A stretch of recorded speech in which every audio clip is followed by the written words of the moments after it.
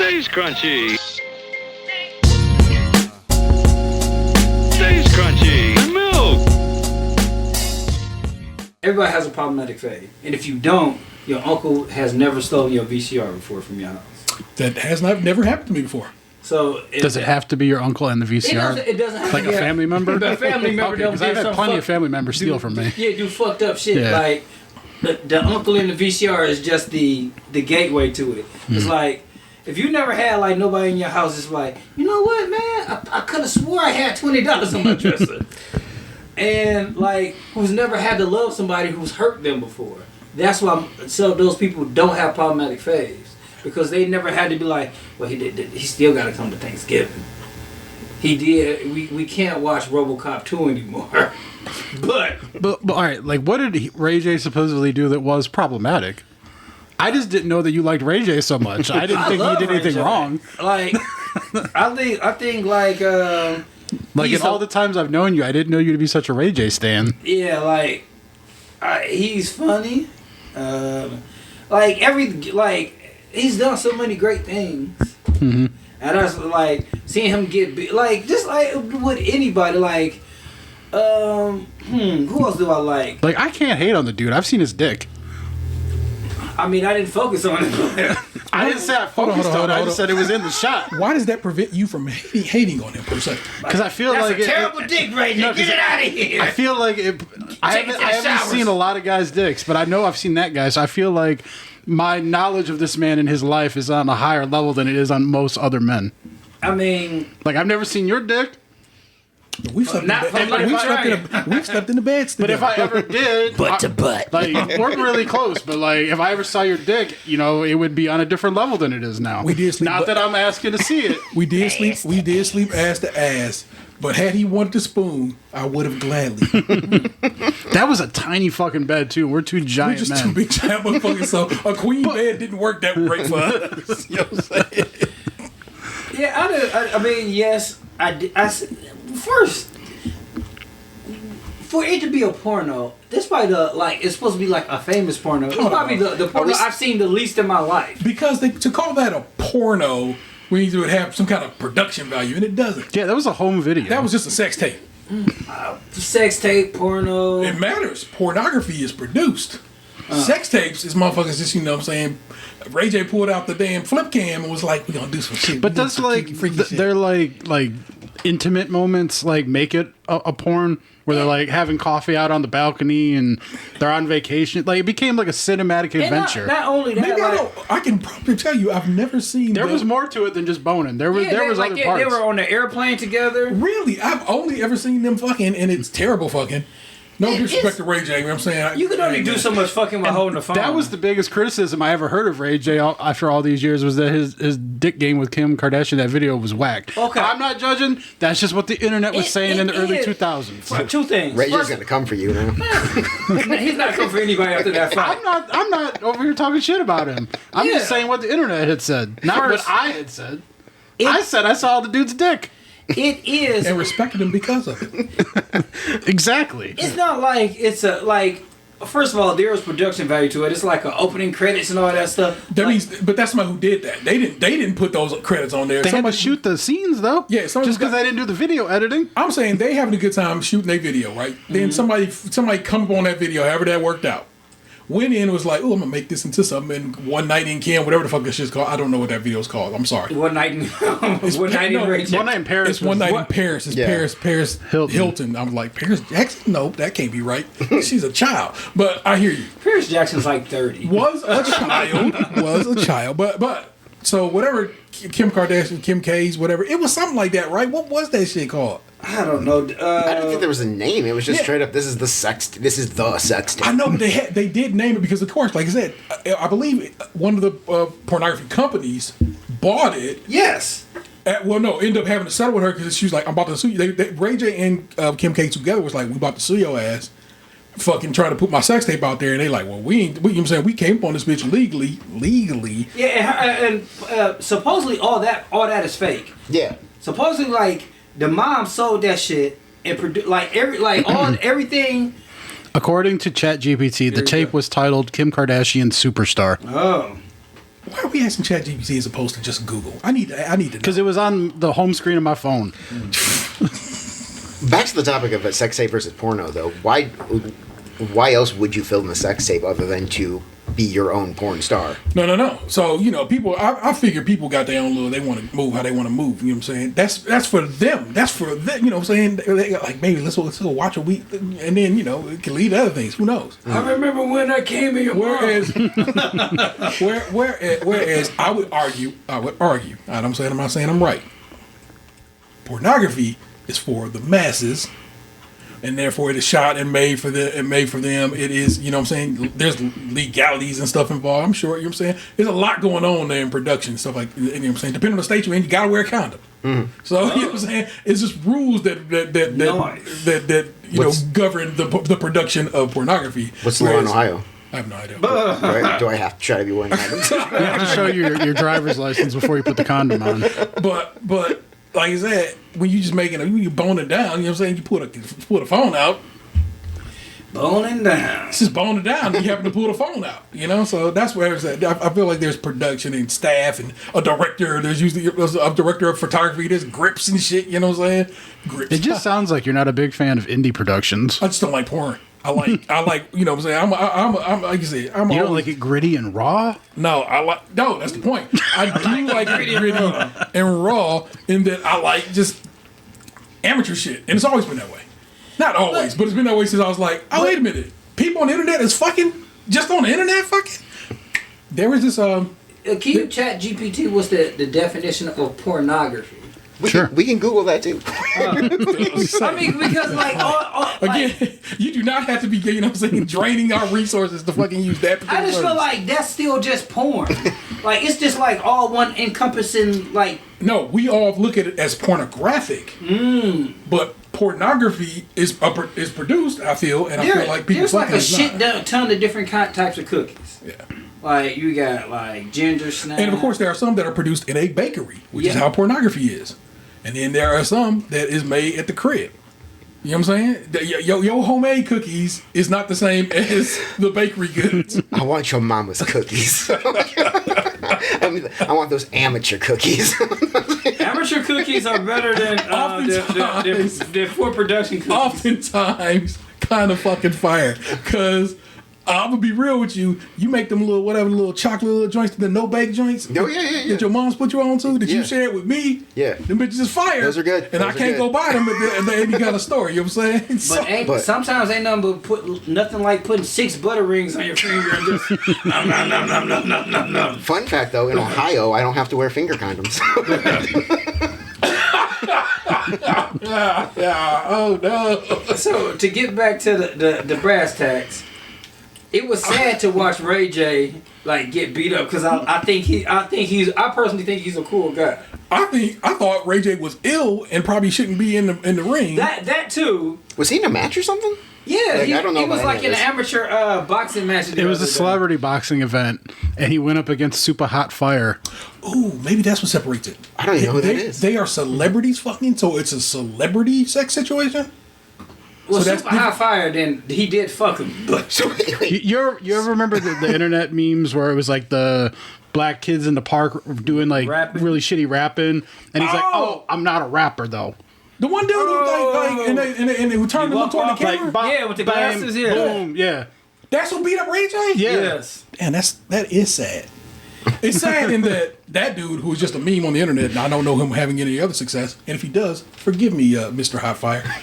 But Ray J is Hot Fire's coming for you next. is a well-known actor, reality TV star, an artist, a musical artist. You know what I'm saying? So you know what I'm saying. And if I'm not mistaken, according to my man Vince Staples, blood or Crip. If I'm not mistaken, he is a Crip. Okay. I think Anthony's overselling Ray J getting beat up though, because it's a celebrity match and they only do so much. Yeah, he caught a fade on accident, but then the thing was, after the fight was over, Ray J basically just admitted to the whole crowd that it was scripted and that it was supposed to go a certain way, and that Super Hot Fire went off script, but he said it without saying it. So that's the clip that I saw online, which he's just like, word I can't say. Like, come on, man, this is what we're doing. Like, that's not what we talked about. Word I can't say.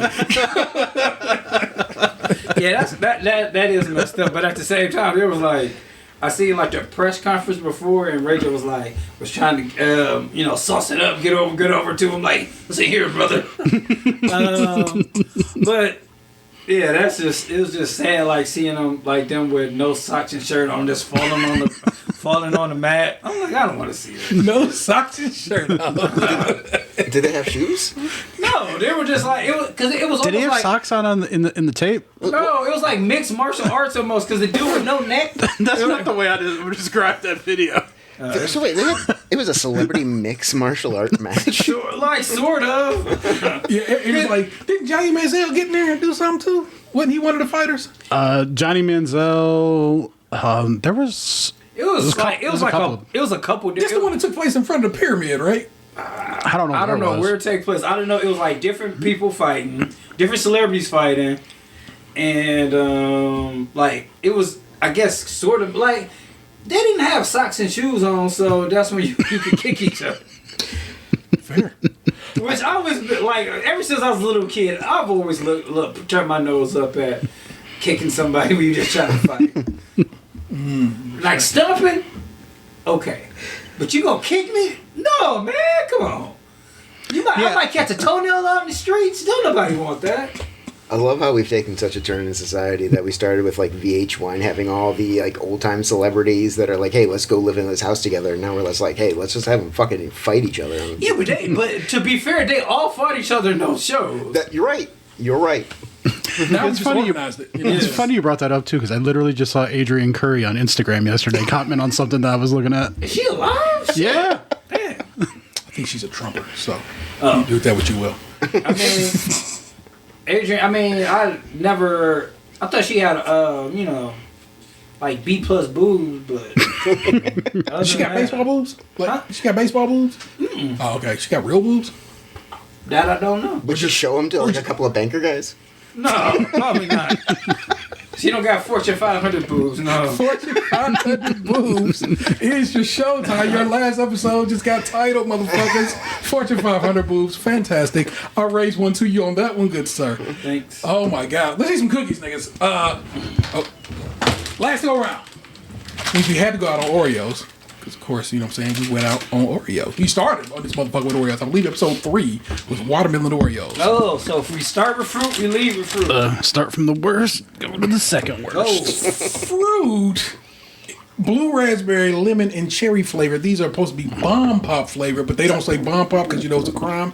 It is firecracker That's pop cool right there. flavored Thank you, creme. Yeast milk. Oh, if you I want spilled a milk. little. I saw it's okay. That's you. That's me. You got the tall boy. I didn't want the tall boy, but them all the short boys. It's an unfortunate situation that I got the tall boy. But you know what I'm saying? We out here drinking. like You got extra some milk to really chopsticks, hit a miss? the fantastic Miss X? Oh, chopsticks, yes. We out I here. got Two-Face. We out here with the Batman mugs. I got Robin. Is that Robin? Is that Marlon Wayne's Robin or regular Robin? I think that's Chris O'Donnell. Chris O'Donnell Robin. Yeah, you know they say he got Two-Face. paid. He got paid for that movie. And, like still getting paid for it. Marlon? Oh, because they booted him out? Yeah. Yeah, that's real.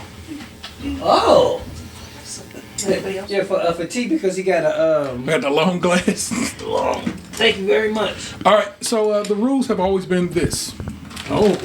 We crack that motherfucker so Smell all it. can see it. Hold on, I got him holding the microphone, so this is kind of a challenge. Maybe I should have eaten today before this. You gonna be spacey. We inhale Man, we should have got the Dominic. to get the bouquet. There's a lot going on there. You gotta close it back up. Not lunch. Wait. All right, now open it and get a whiff. I don't like that. I thought this was a podcast. Very cherry forward. Yeah. In a way that I don't know if I appreciate. I like fake cherries. Well, same. I like cherry flavored Jones all the time, but that's my jam. But I'm still like, This is a lot of frosting too. Triple stacked, as you can see. Triple stack. Jesus Christ. Red, white, and blue. I'm about to have a diabetic coma. I'm not even diabetic. Oh shit, they are red, white, and blue. Yeah. I mean, it's cute though. Well, yeah, I fuck. I mean, it's cute. My poop is gonna be an interesting color. It's gonna be, just purplish. They don't got like this. They could at least put It looks like Play-Doh. Yeah, they should at least put some kind of a popsicle or some shit on the wafer. What I learned the other day is that Costco's Oreos have different ingredients than traditional Oreos. Really? Yeah, like they don't. They're supposedly use better ingredients, so we'll figure it out. Hold on, I gotta get somebody else in on the action. Oh. Because he said he was gonna try them with us. He just texted me a minute ago, so let's see if it's still good. All right, let's call the suburban Puerto Rican to help us review these cookies.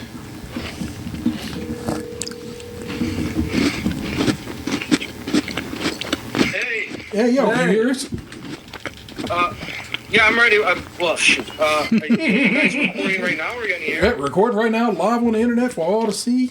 So, Oh, oops. I didn't want to open up like an amateur here. nah, you're good. We're everybody, you can hear people. Well, maybe you can't hear because I can hear because they're in my ears. They're on the microphone eating the cookies. I have just gotten to my first one. How we have tested these over the years is this: take the cookie, take the wafer off that motherfucker. Give me a second. You're good. I'm talking to the crowd, not for you per se. We tried just the cream. I think I'm gonna need. Let that baby live. I'm gonna mute you for a second. It's fine with just the cream. The cream is lovely. And then we bite the whole motherfucker.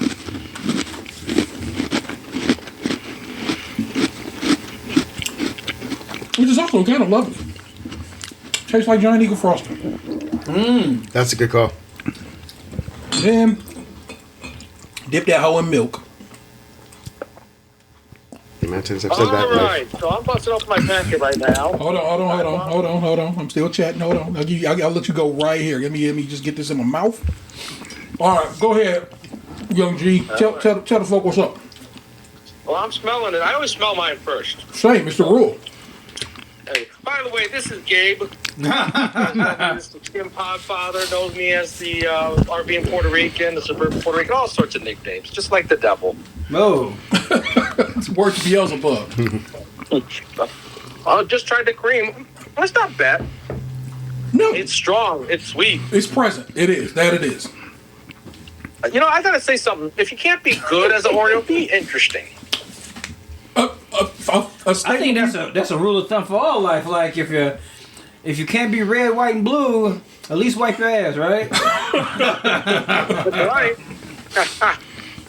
All right. Look, first of all, kudos for going with vanilla instead of chocolate. That would have been terrible. Yes. Yeah. We're gonna. I'll ask you a point I want to discuss later. So, but worry not. Where they kind of basically ruined a particular amazing flavor by trying to mix it a second time and put that bitch in a chocolate cookie. Disgusting.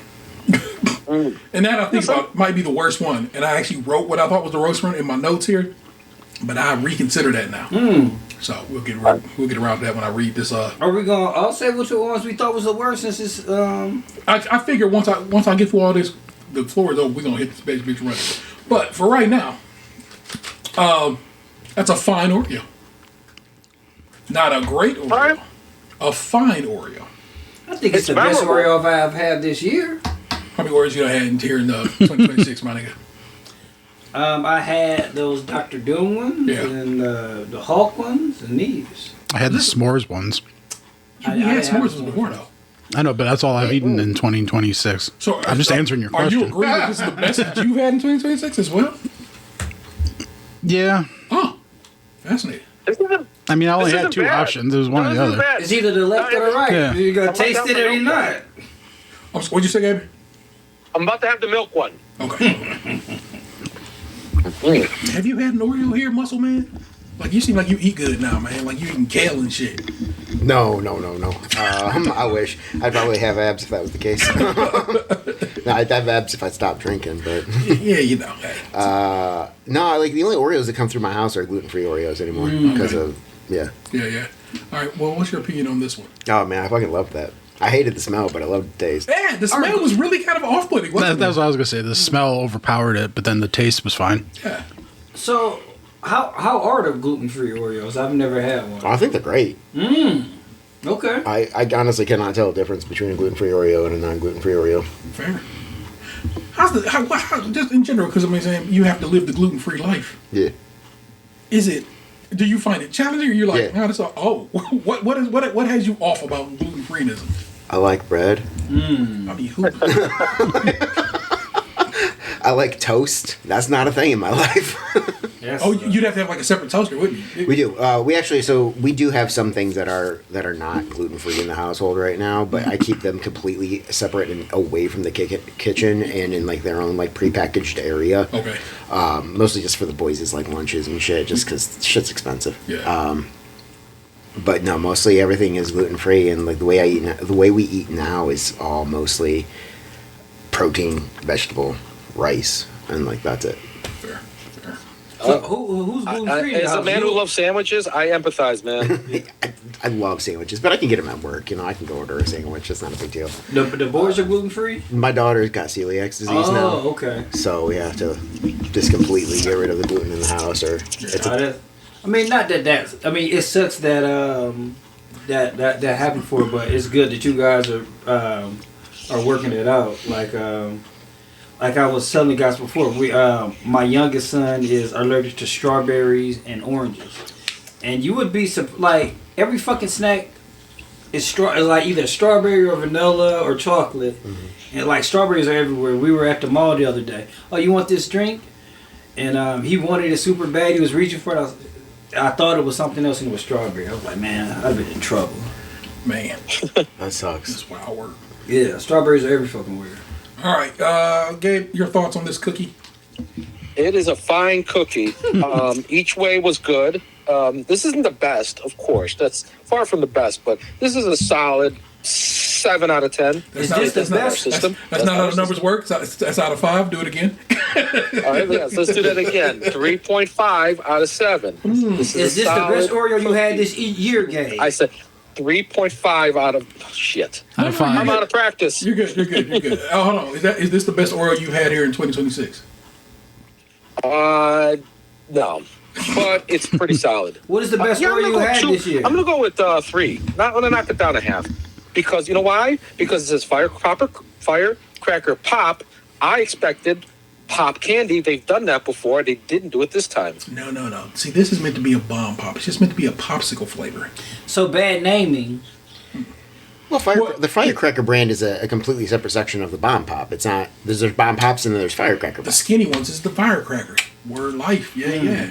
I'm with Gabe on this though. I thought there was going to be like Pop Rocks in it. It would have been nice. I was expecting pop on the Pop Oreos.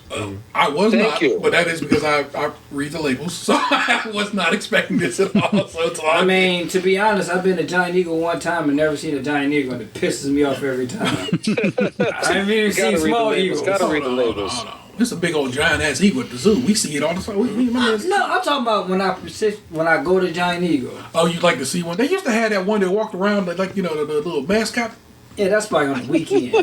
Well, On the Tuesday. we all know why they stopped that. It just makes me laugh. I'm sorry, that's so stupid. Let me not get started on going to Blimpies. So, oh my god, yep. And your thoughts on this Oreo, please, sir, in your review? Best Oreo I had this year?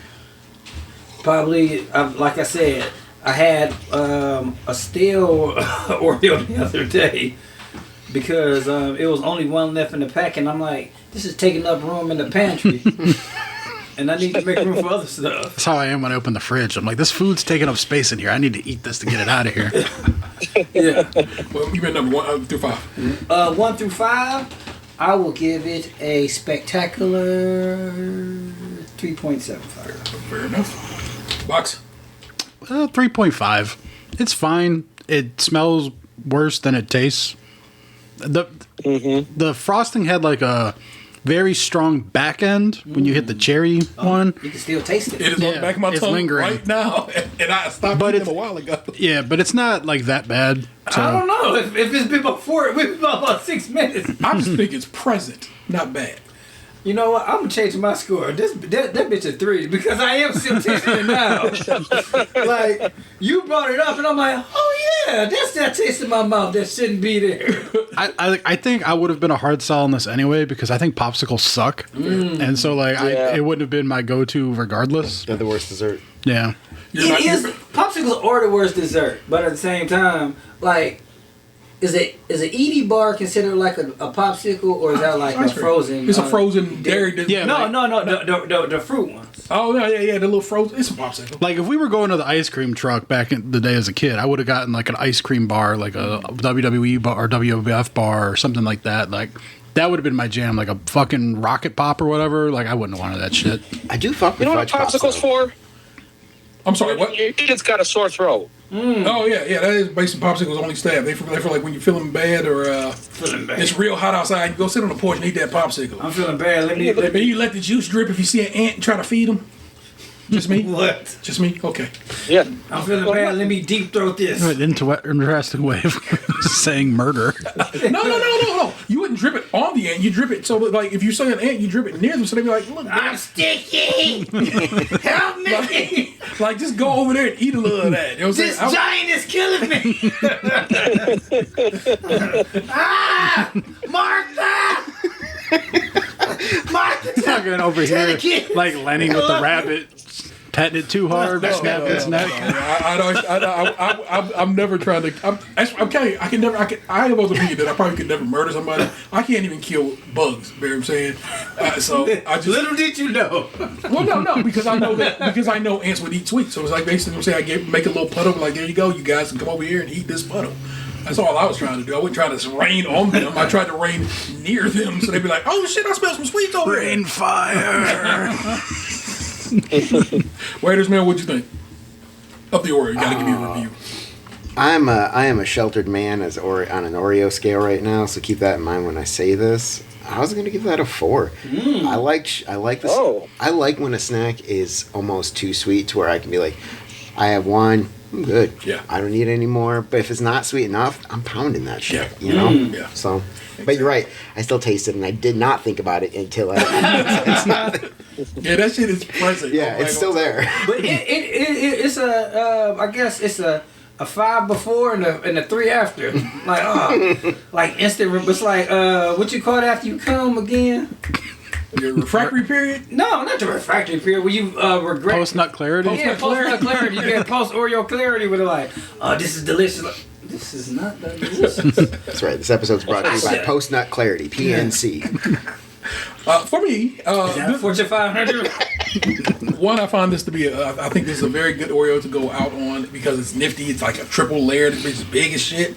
All stacked up lovely. My kid bought these. I didn't even pay for these motherfuckers. Oh. He was out and about and sent me a text message. I go, oh shit, yes, I knew I wanted them, and I'd already told Vanessa like we got to find these at some point for the last show. And so Xander hit me up and was like, hey man, do you need these? I go, yes, bring me 2 of them shits. And so he come through, and him and the homies all come through, and they sitting there, right? And I'm just because the porch is still getting built at that point, so I'm hanging over the, and he like, okay, but JB want to eat one, and I'm like, all right, that's fine. Y'all open that pack, and this pack will stay sealed for us. So that's a sealed pack for us, but here's a pack that's open already that I have not touched at all. And so the gentlemen, the boys that sat there, JB, Frank, and Xander sat there each of them trying one of these Oreos and had no comment. So I can't call it. Don't know what they call it. We failed the youth. It's all good. For me, I too was going to give it a 4. I think it's an excellent representation of what I like. Oreo's doing something nifty. It's new. It's not them bringing back a flavor and like, look, we brought back cookies and whatever. The cookie dough that tasted like coffee. It's gross. I hated that. And so I think it's very nice. I think it's very unique. I think it's tasty. That cherry is right now, I'm telling you right now, on the back of my tongue like a motherfucker. Yeah. It's just there. It's dying, but it's still there. for me too. I can't get rid of it. I have drank milk and tea, and neither of those things have rinsed it away. So I'm gonna let you know right now, the flavor is very present. I tell you to go ahead and take the serving size of, I believe, 2 Oreos, and stop there. I got 2 comments I want to make about these Oreos real quick.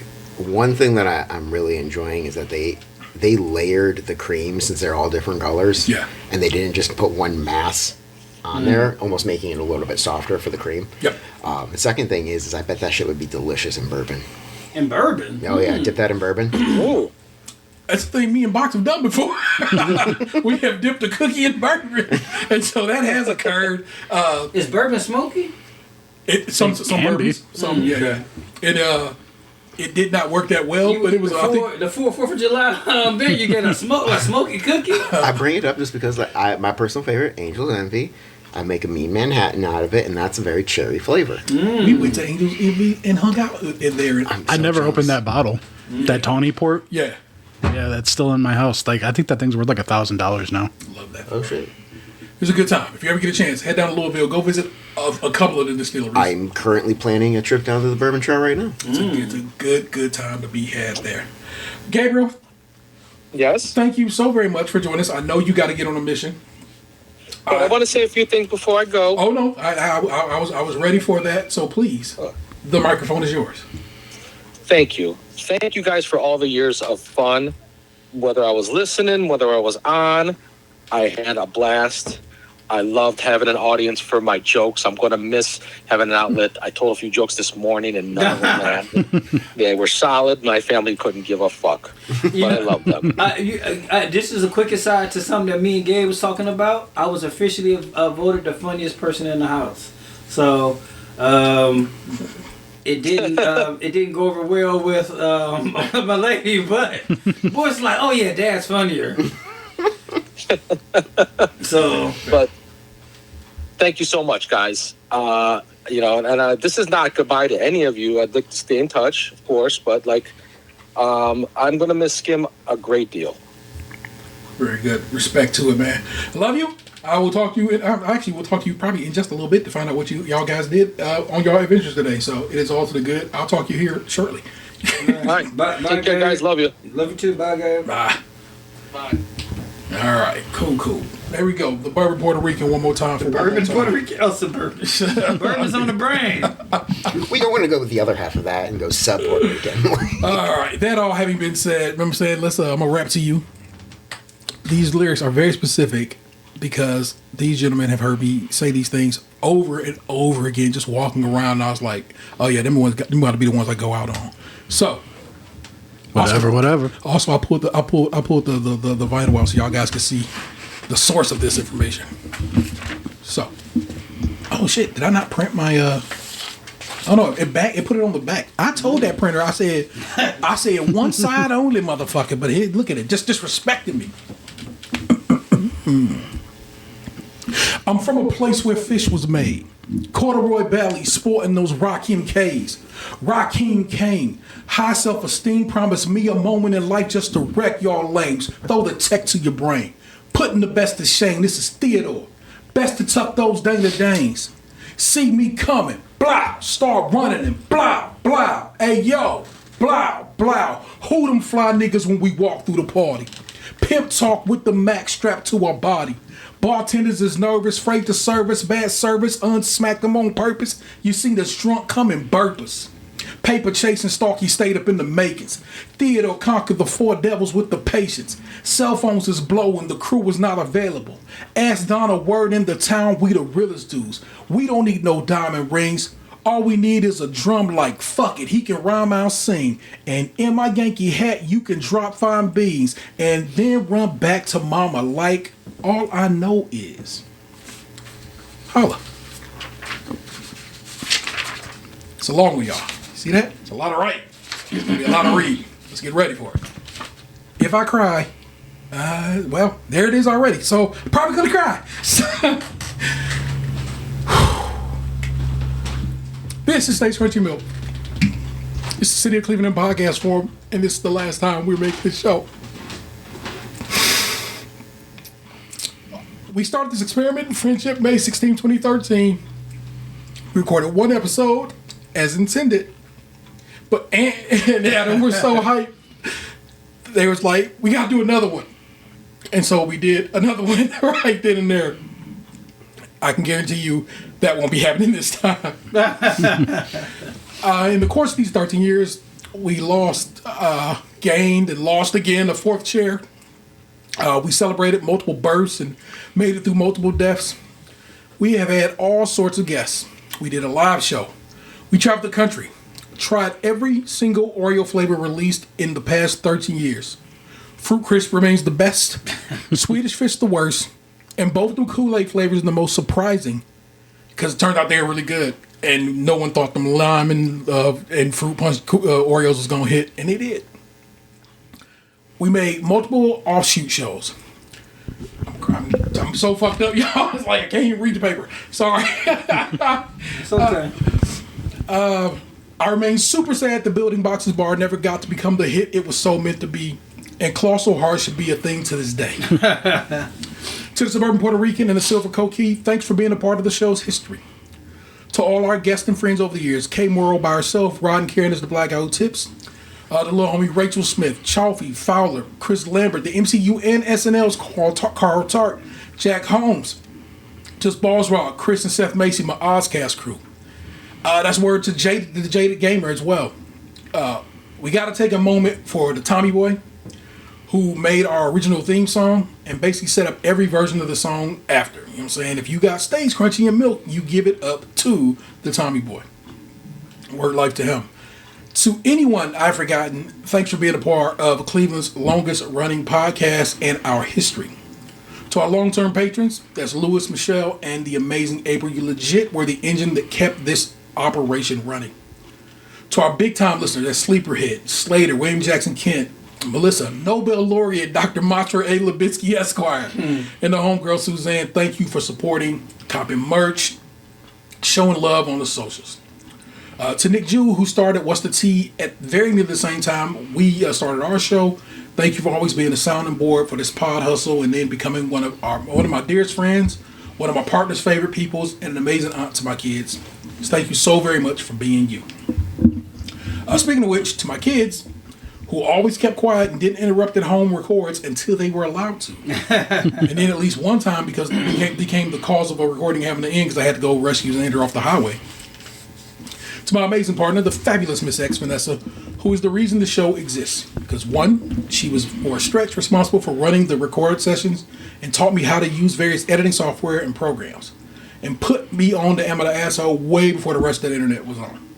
Thank you so much for your patience, understanding, and kindness.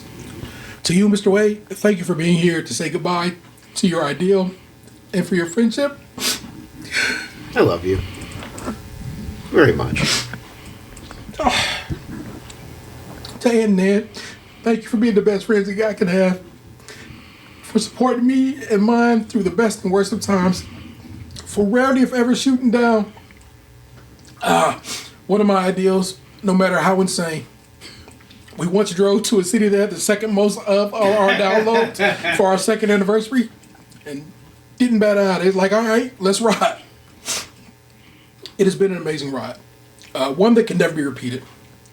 Got a shout out to St. Cleveland, the Ohio Capital Journal, Susie Suits, the BP building, and also Reddit, because what they gave to us was a lot and made the show what it is. If I forgot you, please charge my head, not my heart. I am grateful for all you've done for us. This is episode 600. And stay the hell out of our Roblox server.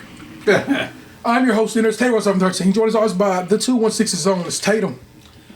I'm here. It's the motorboating madman. Wade. Wild Adam Wade. I haven't heard those names in years. And of course, it's the Right Reverend Lunchbox 2099. Don't cry because it's over. Smile because it happened. I'm fucked up. I can't help but cry. But luckily, I was talking to them, not to you. luckily, You can bawl your eyes. I don't care. we're not. Of course, we're not gonna do your news. Not gonna do anything. I don't even really have to do segments. You can have a segment if you want a segment. if you want a segment, That's appreciated. I'll make you a whole piece of art for it. Because we all have our own little videos for our segments. And I guess I have to put them in this last go round. So fine, and only because it's the last time I get to say it. First up, as always, is Tatum. The reins of this is yours.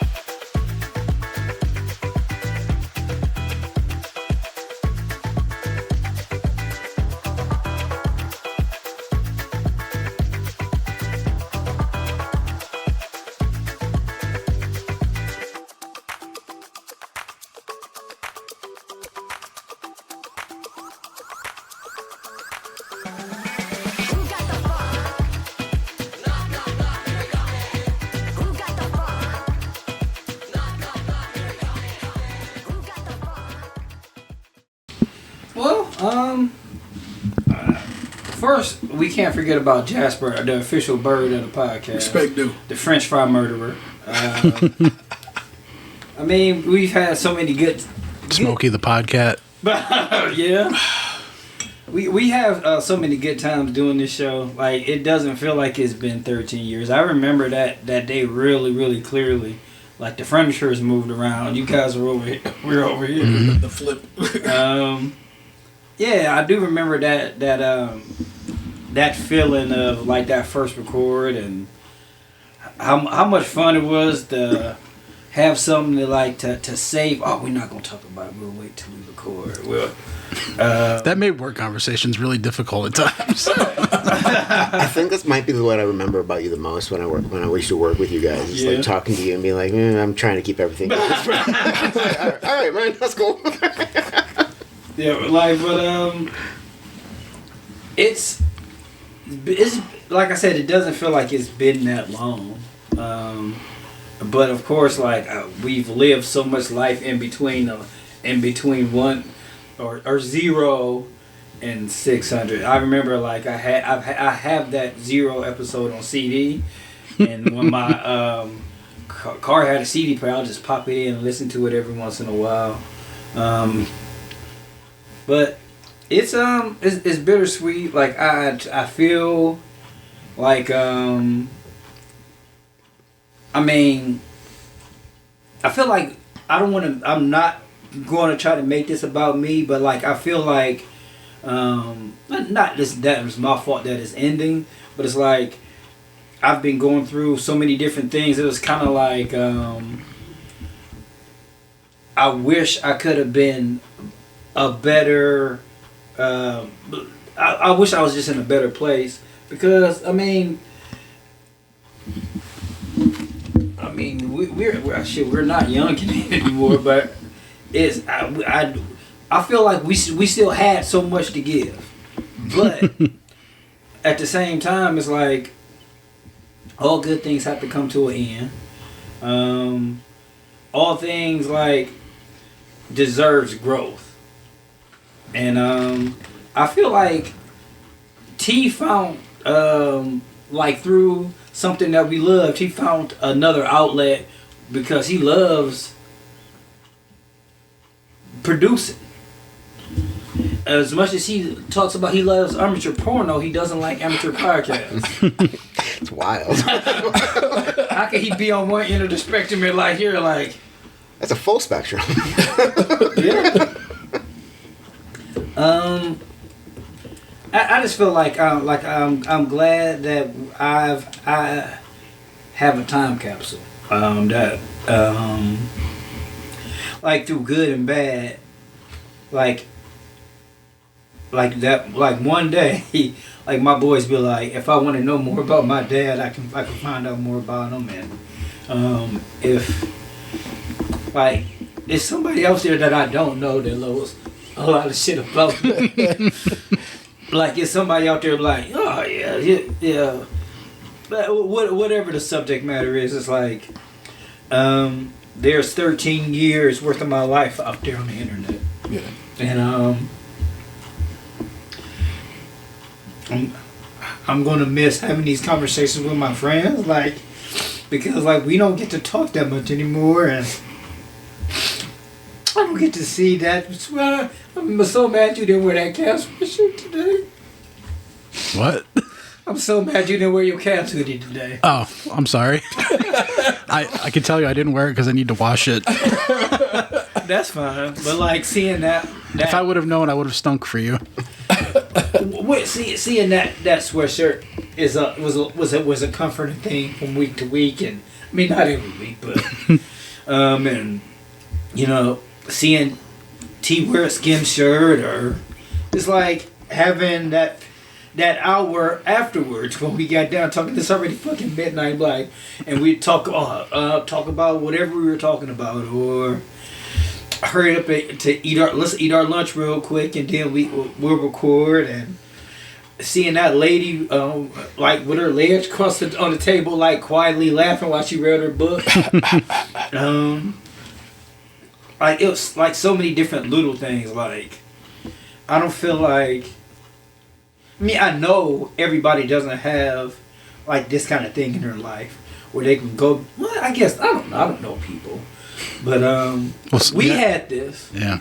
We had this in our life when we had an opportunity to just talk to the people that mattered in your life, and we decided to share it in the gift for the internet. Yeah. And everybody has a podcast now. Yeah. When we had one, it was just like, well, I don't really know how to listen to it, so I'm not going to listen to it. Like my mom, the one, I think she probably listened to more, but like the one episode she listened to, she talks about is like the time we talk about strip clubs for almost 2 hours. So it's a lot easier than people think. yeah.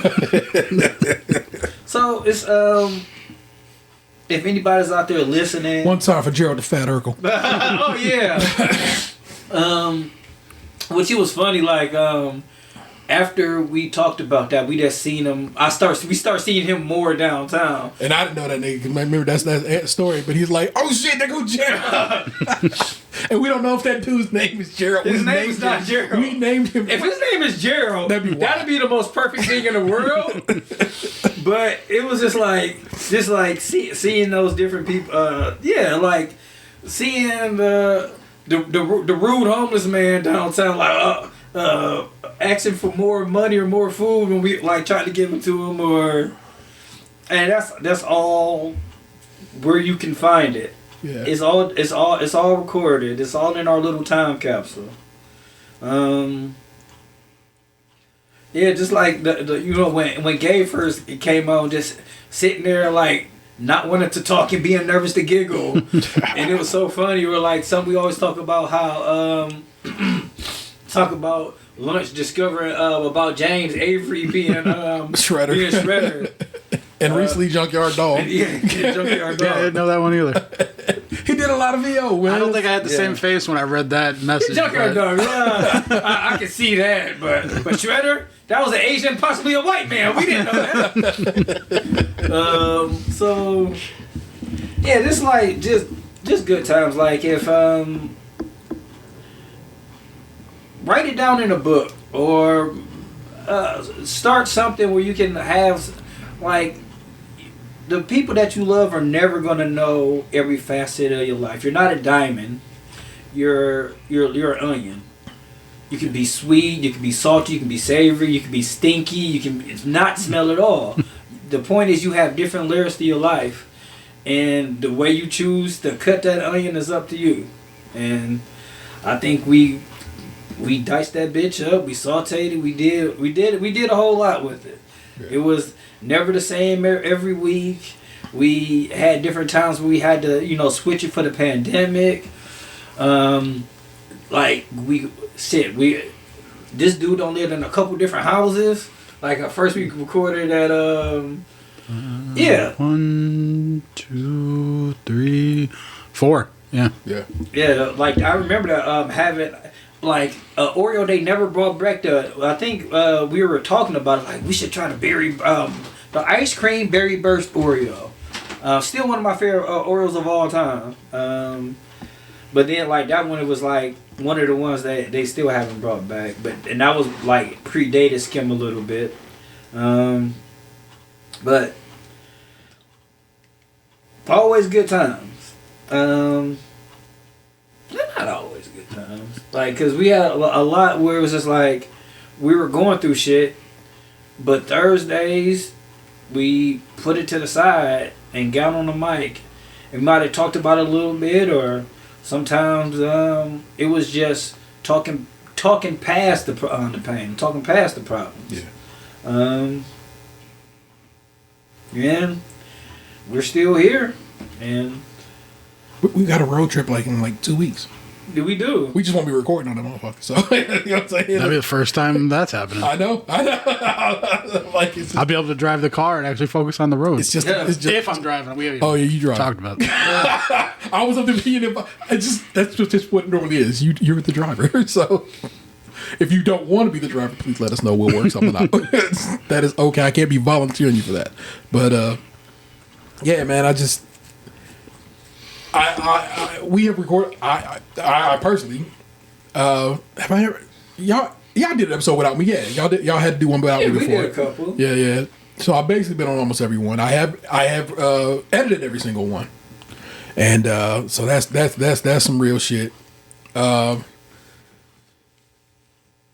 we have traveled mostly over here in this section of the country. But it's kind of dope, man. We went to Chicago, had Chicago style pizza. We went to Philadelphia and did not have a cheesesteak. Ate some Chinese food. Chinese? What restaurant was that? What was that restaurant? It was a ramen shop. Ramen shop. So Japanese, technically. So, you know what I'm saying? Yeah, I mean, they had anime characters on the menu. Yeah, fair.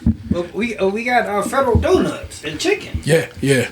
Detroit, been up there a couple times now, you know what I'm saying, and walked around and played video games in an arcade, and yeah. Watched possibly Pimps and Hoes. Stayed at an Airbnb house where it was like one of 3 houses on the entire street. Yeah. That's a weird vibe. Found Weed pipe? Yeah, but it's like the one that you had to use when you smoking butter. Like, you know what I'm saying? It's the one you got to heat up a specific way. It's very crackish. Crackish, yeah. It's so crackish. So I don't really move with that one. So it's it's wild though. I recorded one in Canada with my kid, with Xander. We recorded because so we international. So I banged with that, you know what I'm saying? So that is a sense of pride I take from that. We've known about this for a while now. You know what I'm saying that this was going to be the last go round, which is why it was relatively simple for me to have my man's here because it was like I gave him a real good heads up. Like, look, in about a month we're gonna record this motherfucker. Is that something you think you can do? And he's like, I got you, and it's all good. So it's like I've been thinking about it. It's been on my head and on my heart, and I was real bad when we first kind of came to the conclusion, and Vanessa could tell you as much. And then I got fined, and then you making fun of me? No, not at all. Just a thumbs up. Okay. He was bad. And then I got bad again today. So here we are. I got through the blackout tips last week to hustle all of KP, and Karen asked you how do I feel about wrapping up a show, and because I talked about bringing this one to a close, bringing this plane in, and she was like. She asked me how I felt about it, and I was like, I think I'm okay with it. I think I've come to terms with it. When I did 599 with Gabe, I found myself getting close to saying, but we can always just come back and do. And I'm like, no, it's okay to say. Throwing out the Jordan with the 4.5. It's okay to say this is done. It has been a hell of an adventure. I don't know, man. I dig it. I dig that so much of our life has been lived in this time, this stretch of our lives. You know what I'm saying, and it's okay to be like, there, we did that. Most people start a podcast and they go like a few weeks. Go look it up. There's statistics out there. We went 13 years. This is our 600th episode, which means there's probably more out there. 'Cause definitely we done lost an episode or two. Yeah, multiple. Yeah. We got side shows we've done. So there's those sprinkled in that motherfucker too. We tried, if you don't know that, we tried. It was our Patreon only show. Vanessa ate a black Whopper once for We Tried. that is on our when I lost access to the old YouTube, but it's there. You can go look it up. Go watch Vanessa eat a black Whopper. I feel that show every time I eat a Kit Kat. Hell yeah! Because A couple weeks ago, like when I was at Jungle Gyms down in Cincinnati, yeah. I was looking at like the international foods, and I was like, oh, we could. Oh yeah. The Kit Kat game is to be respected. Tariffs. Respected. Well, at some point, I'm gonna just slide up north and bring me some Kit Kat home. So it's all to the good there. It's dope. I like it. My man has had 2 kids. My man has had 3 kids. Still 0. Proud of you. That you know of. Kept it to myself. Like 4 cats. And plus some bonus cats. People's other folks' cats. There have been cats, yes. Yes, yeah. So Homeownership. Rest in peace to the ones gone, and big ups to the ones here. He took out his earrings and stuff, and oh yeah. There are times where like I forget that I had pierced ears. I mean, technically they're still pierced, but yeah, I haven't worn earrings in like 12 years, something like that. When you took them out, did you think that was it? That's the last time I'm rocking these hoes? It's funny when like with life, you don't really realize something is the last time in the moment. Yeah. And then you like years later, you go, oh shit, that's the last time that I ever did that, or because it wasn't like I planned for it necessarily. I just got kind of tired of it. Yeah. And it was just that day, cold turkey. Was you a hoop man? now he had the You're a I stud had man. studs. I had a Okay. stud in my lobe and in my cartilage up top. Yeah. She's a chunky ass diamond like I think that's Nelly. everybody's like when you get a certain a certain amount of money, it's like I gotta throw one of those big bitches in there. I would have been a cubic zirconia kind of guy. I mean, a moissanite or lab made. Like- I'm not one of the motherfuckers who think you have to get a blood Like if I were diamond. rich, I'd live in the same house and I'd still drive a shitty car. Like you wouldn't know I was rich. I keep But on there will telling. be signs. Yeah, I keep on. I was like, I would tell absolutely nobody. Like I saw Tony Baker put a video up on Instagram this morning where it was a story about a Florida man found like a sealed thing of money floating in the ocean or whatever, And and he gave it turned back? it into the cops. And Tony Baker went on this rant about like, oh, I've seen Ozark, and I wouldn't. The cartel would be coming for me, and this, that, and the other. I'd turn that money in, and I'm like, fuck that. No one would know that I had that money. Yeah, every now and again I would just buy something. Yeah, I mean, I guess what are you gonna do with it? Just keep it in the house? Like, yeah. Okay. yeah, That's the only way you can do it. 'Cause No, like, no. Like Well, serialize and track not everything. not to be all my man business, but you have a proper safe now. Yeah, I have a safe. I'm good at keeping secrets. yeah. Like I would put it away. I wouldn't tell anybody. And every now and again, like you may see a random number show up on my bank statement of a cash deposit. Yeah. Keep it less than 10,000. Yeah. Oh, I know the rules. Yeah, I've that's had like, many trainings. I wouldn't tell if I did tell somebody, I would tell my mom. And I know like my mom isn't gonna tell anybody. And like and my mom made the type of person like, well, how much I Yeah, if I told anybody, it would be my dad. Yeah. But like also like my dad could die at any moment, so like secret would be safe. Like Pretty Little Liars. Yeah, I would just like I would do little shit, and like Amish people like they build shit for cash. Mm-hmm. Like so, if anything, I'm gonna be doing stuff like that. Like, hey man, I kind of need a deck or in a tree house for the kids. I'd want a sauna. Yeah, I really do want a sauna. I've been looking at like the ones that like they deliver and then like you put together. Yeah. And I'm like, I live in fucking Cleveland, Ohio though. Like, could I really put this outside? Yeah. But I would argue, one, point a camera at that motherfucker. I think cameras should be everywhere. I'm that guy do for your privacy. You know what I'm saying? For the amateurs. Yeah, wrong on that either. If you got something going on in the sauna, my guy, you want to, anyway.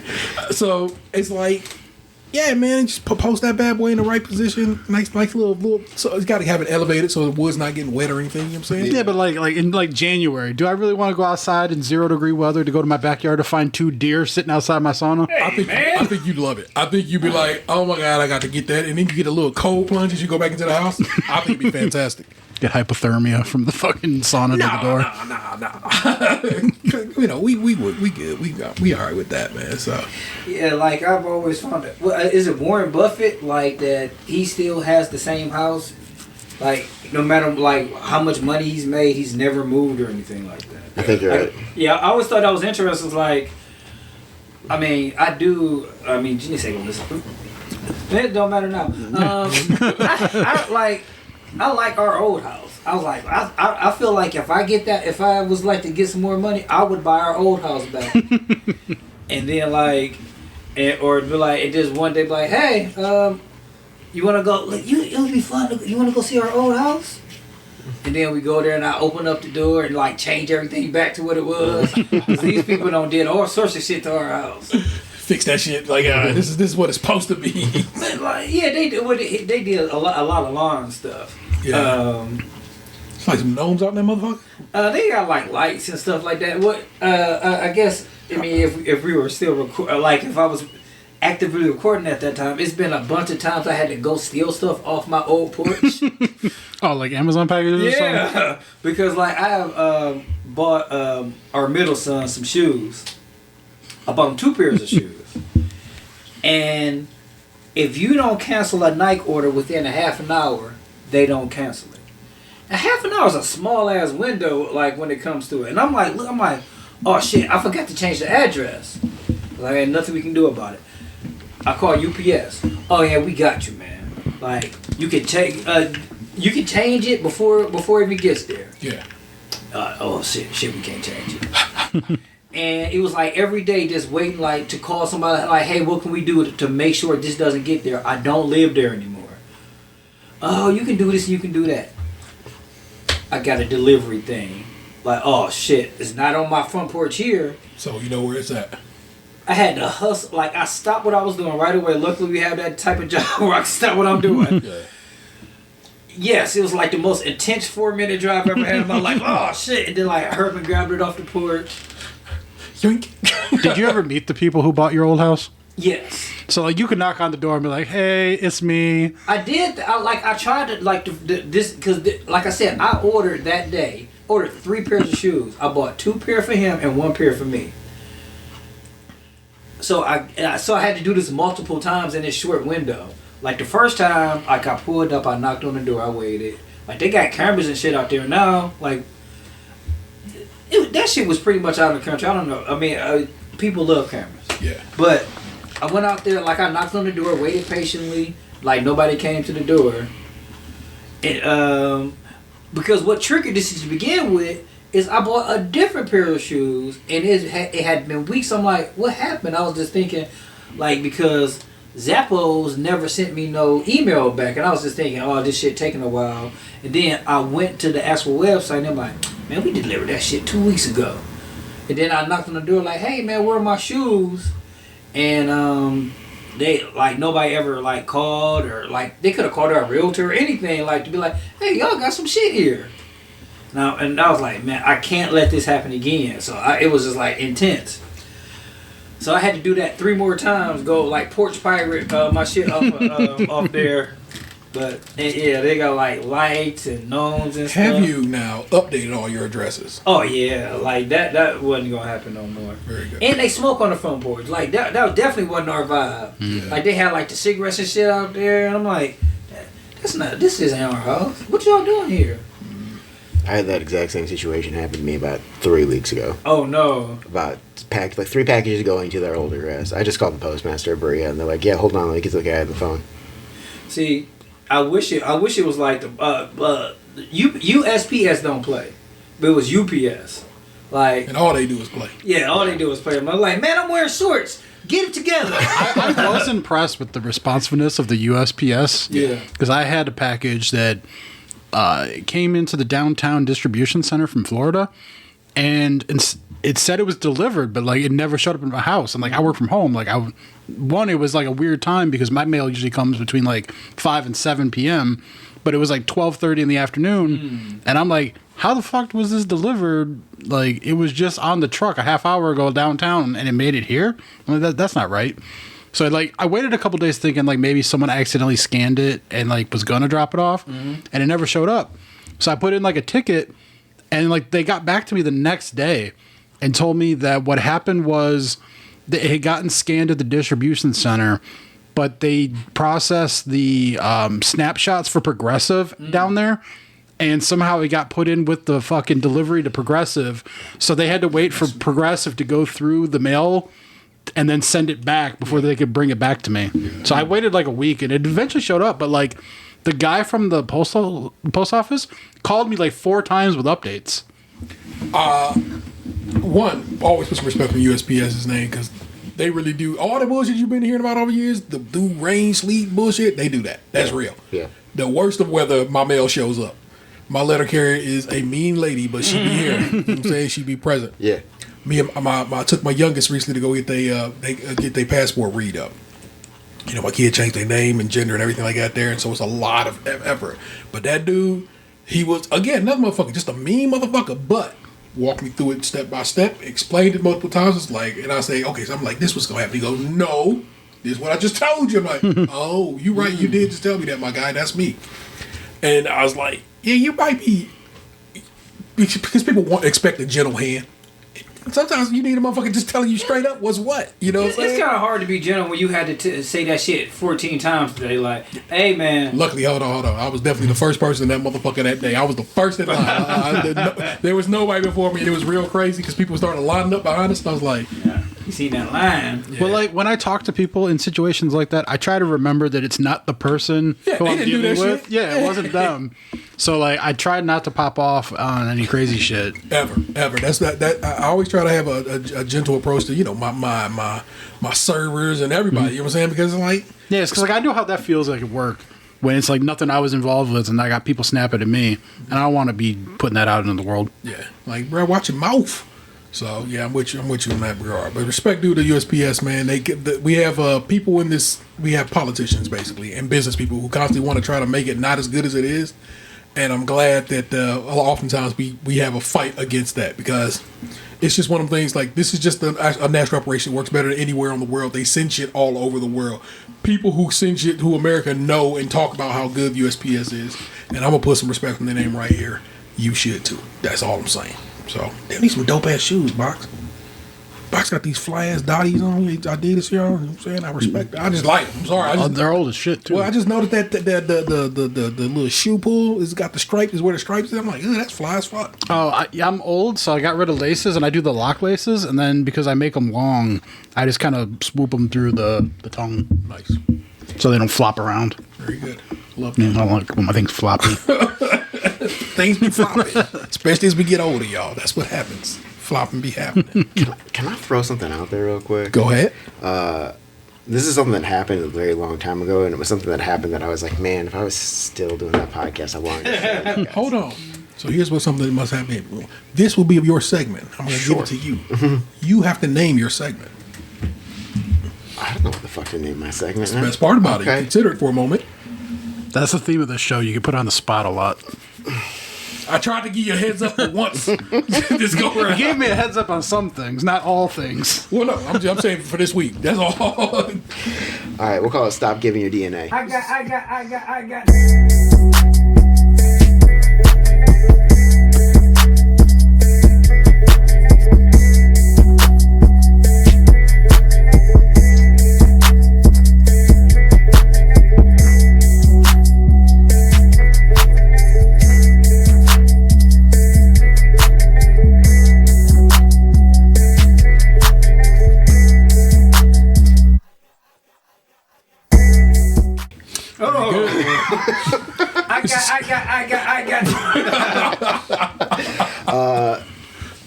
I mean, it was years ago now. I don't know how long ago it was, but and you might know the story. I'm pretty sure you guys don't. I found out that I have an extra brother. Oh. Uncle went out had a DNA test done, and there were some individuals' names on there that was less than people that were kind of known about. And I'll go ahead and backtrack right there with.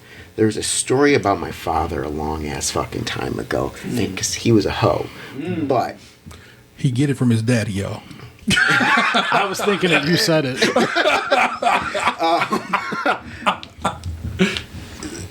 The story goes is that he was really, really fucking drunk. Person came into his house that night. Oh, so this is a story of consent. Things happened, and then a baby occurred from things happening. 10 months down the line. There was never any kind of a test that was drawn. I don't know if there was testing back then. I have no idea. Yeah, blood test always been around. Is it older or is the person older or younger than you? Way older. Oh, way older. I would my brother was technically a middle child, and it explained so fucking much. Oh. But like, Wow. he like that woman's name. My father has obviously remembered throughout all of his fucking life, and there was another story to where years later, my brother was going to prom, and my dad drove me and my brother over to pick this girl up and then take them to prom. My brother gets out of the car, knocks on the door. She comes out. They're about to take pictures. My dad's out of the car, and then the mother and the father walk out, and that was the mom. That was the fucking mom. So I have made fun of my brother for years for taking his sister to fucking prom, because that's hilarious. But that wasn't the child of it, right? That one I don't know. She had an older brother, which was the child that happened. That was supposedly, but maybe, but wasn't. Yeah. So it was never a thing until this DNA test came back. Whoa. And then those names were on the DNA test. And then my brother calls me up after my mom and dad told us about it. And I didn't stop laughing for like a week because of this. My brother's so fucking pissed. Why is your brother pissed? Like they just left a child that was our brother. They just left it alone. I'm like, that baby had family. Yeah, that baby's had a father that he's known for his whole fucking life. Wait. Like, not to delve too deep. Like where y'all came from? Like the city y'all came from? The city y'all came from? Oh, Ridgeville. Yeah, I was trying not to go put it out on blast. I'm saying. Oh, I don't care. Oh, well, no. Sorry if you. Those from Ridgeville, no. So like it's still funny, and like any time now, still to this day, when my parents get any sort of upset with me, it's an immediate just like, "What, you gonna abandon me too?"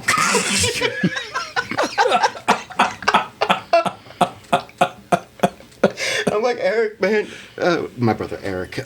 Hey, you and I never really got along. Do you think maybe you'd get better along with him? Have y'all met this man? Have y'all even tried to reach out to him or anything? because he has had his whole entire fucking life. Why? Like, what am I gonna do? Like, So no. I have a half brother as well. My father, who was a hoe, he get it from his daddy. So I have an older brother as well, and I met him at one point in life, and I was like, hey, cool dude. Love that I dapped him up and got to meet him. You know what I'm saying? Like, oh, cool. Kind of look like my daddy. I can see that. That's about it. That's the life I know. You know what I'm saying, word to Michael, but I don't know him like that. I looked him up on Facebook, and I saw that he had nothing but like Harleys and shit, and like the skulls and everything. Like, if you're not by my side, you're against me. Blah blah blah, kind of shit. I mean, I'm just like, man, he got abandoned as a baby, man. Man, like my brother would love this guy. That's what it is. They might need to link up. They should. Yeah. Leave me the fuck alone. No. Oh my god. Yeah, I kind of feel like dads of a certain age always have that like questionable like shit. You might not be my only kid. Yeah. Yeah. It's a different time, man. Yeah, it's a different time. It's fun. Like I literally have a toddler at home now, and like I literally could probably have like a kid that's 25 out there. Yeah. Like it could be. It It's a could go spectrum. either way. Yeah. So if you're listening, call your father. Call your daddy. It's almost Father's Day. Might as well get it in now. Oh no! Oh, You don't know me, but I know you. Damn. So I guess what I'm trying to get Damn, at the is- white George Jefferson got down like that. That's crazy Yes, work. he did. If you know, you know. Man. So it's like, stop giving your DNA places, man. Don't give that up voluntarily. Yeah, like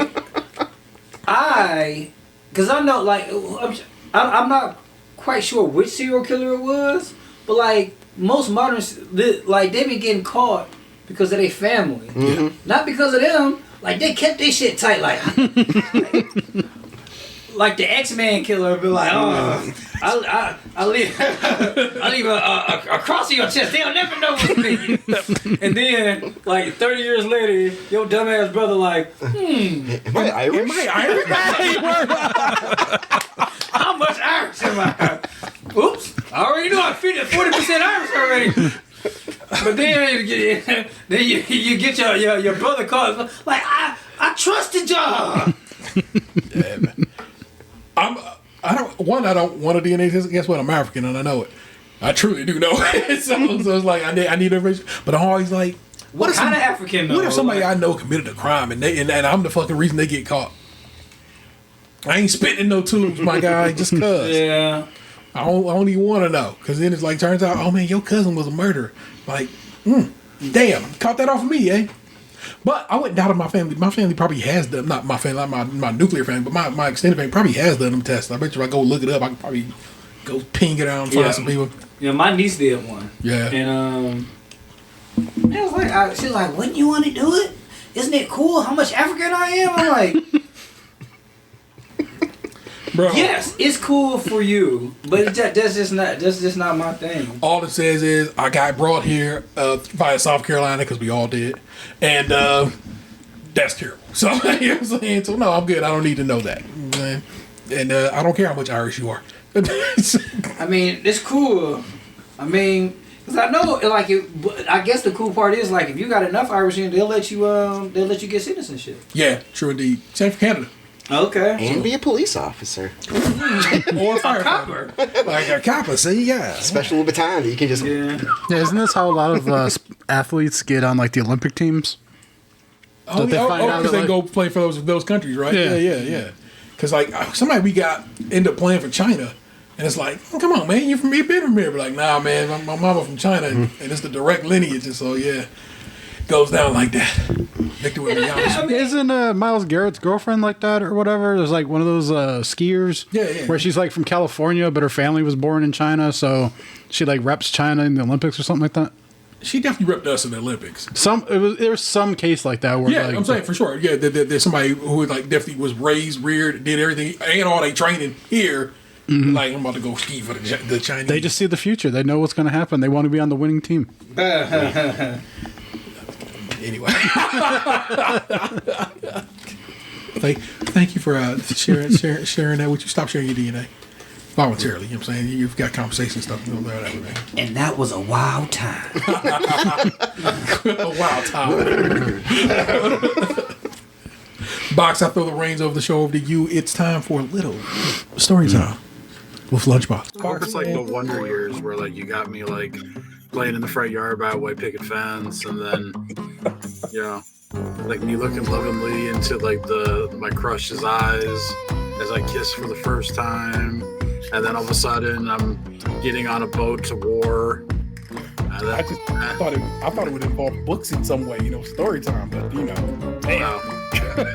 Yeah, I mean, I guess reading Rainbow works too.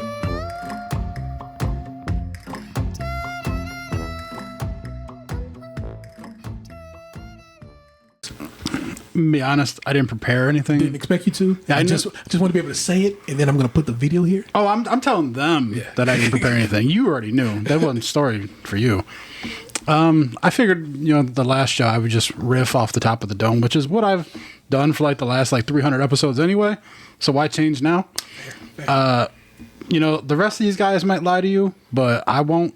The real reason this show's ending is because T found out I voted Republican in the last 3 presidential elections. Also, I know better. At least for 2 of those elections. It was real close on this last one. I ain't gonna lie.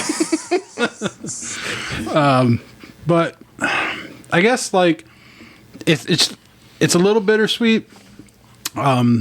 This is ending, but in my heart of hearts, I've honestly been kind of checked out for a while now, and I was just showing up, and you know, when T texted me a couple weeks back, like Anthony said, like, oh, you know, you didn't want to blame himself, but like, I was starting to take time off, and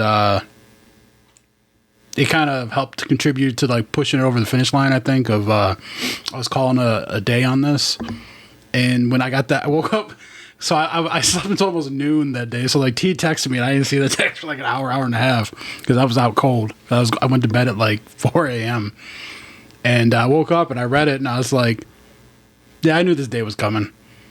And but like I wasn't sad because I think I'd already kind of like mentally prepared myself for it. And I was kind of happy because then I felt like I didn't have to phone it in anymore. Mm-hmm. And it made me appreciate everything that we have done here.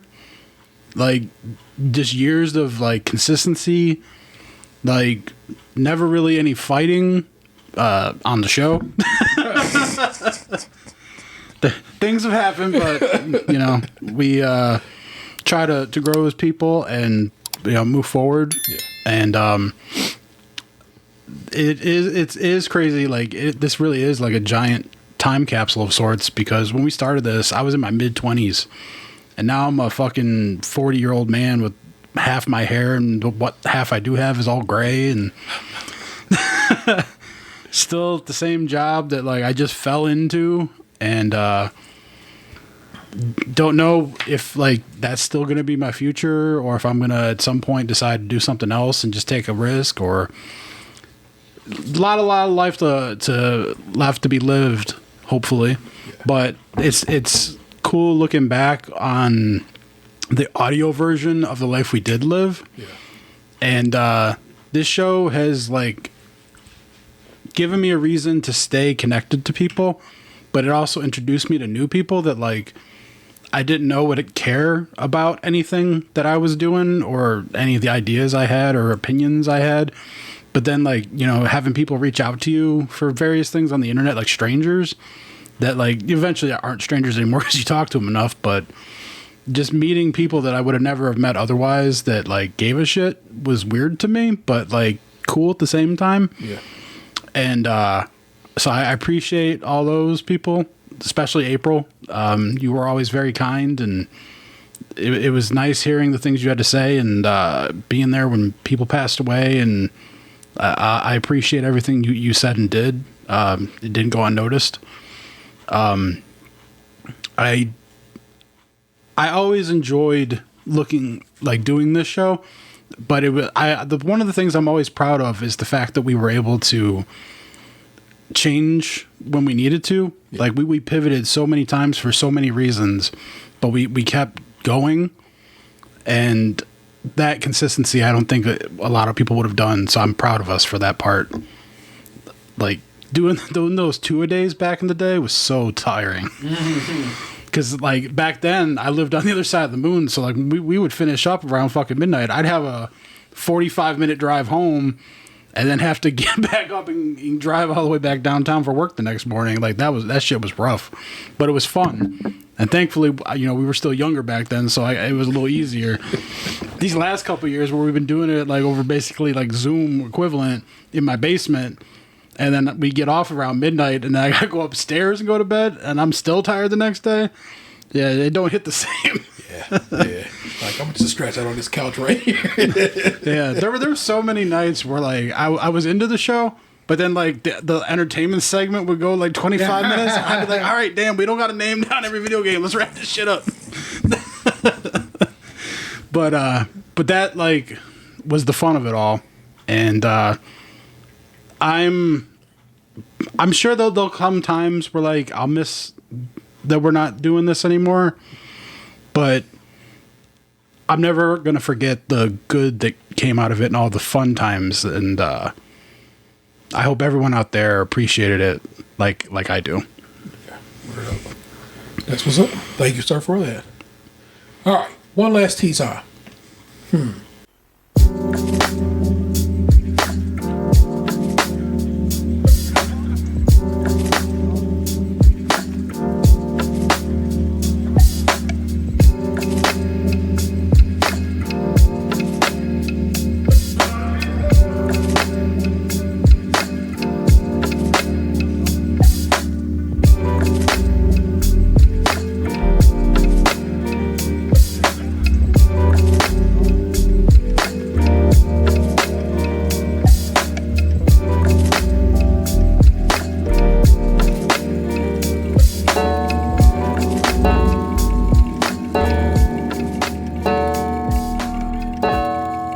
What's going on there? I got my porch fixed. That's kind of nice.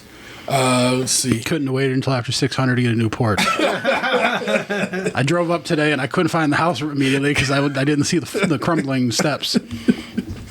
Let's see. My mama went to Kansas for Mother's Day. But just in general, she was like, let me go visit my folk in Kansas. So she ain't been back since she moved.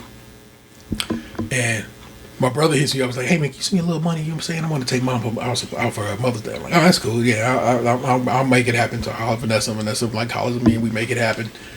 And then like maybe 90 minutes after that, my sister called me. Okay, mama want me to call you and let you know that Chris has been taken to the hospital. Oh no! When I tell you what it is, you're going to be like, word, that's what's up. And this, that, there. And of course, my first thought was, I just sent this nigga money to fucking take my mama to dinner. He had a cough. And he had coughing himself so hard, he strained a muscle. Oh no! So he started bleeding. And so he was coughing so hard, and the muscle strain, it literally laid him out. He was like on the ground. It hurt so bad. And so I was like, damn, that's crazy. But he's otherwise fine. My brother's fine. Dude, I feel that too because I laid on the couch for so long last night watching like the wrestling pay-per-view and shit that like my back's killing me today. Oh no!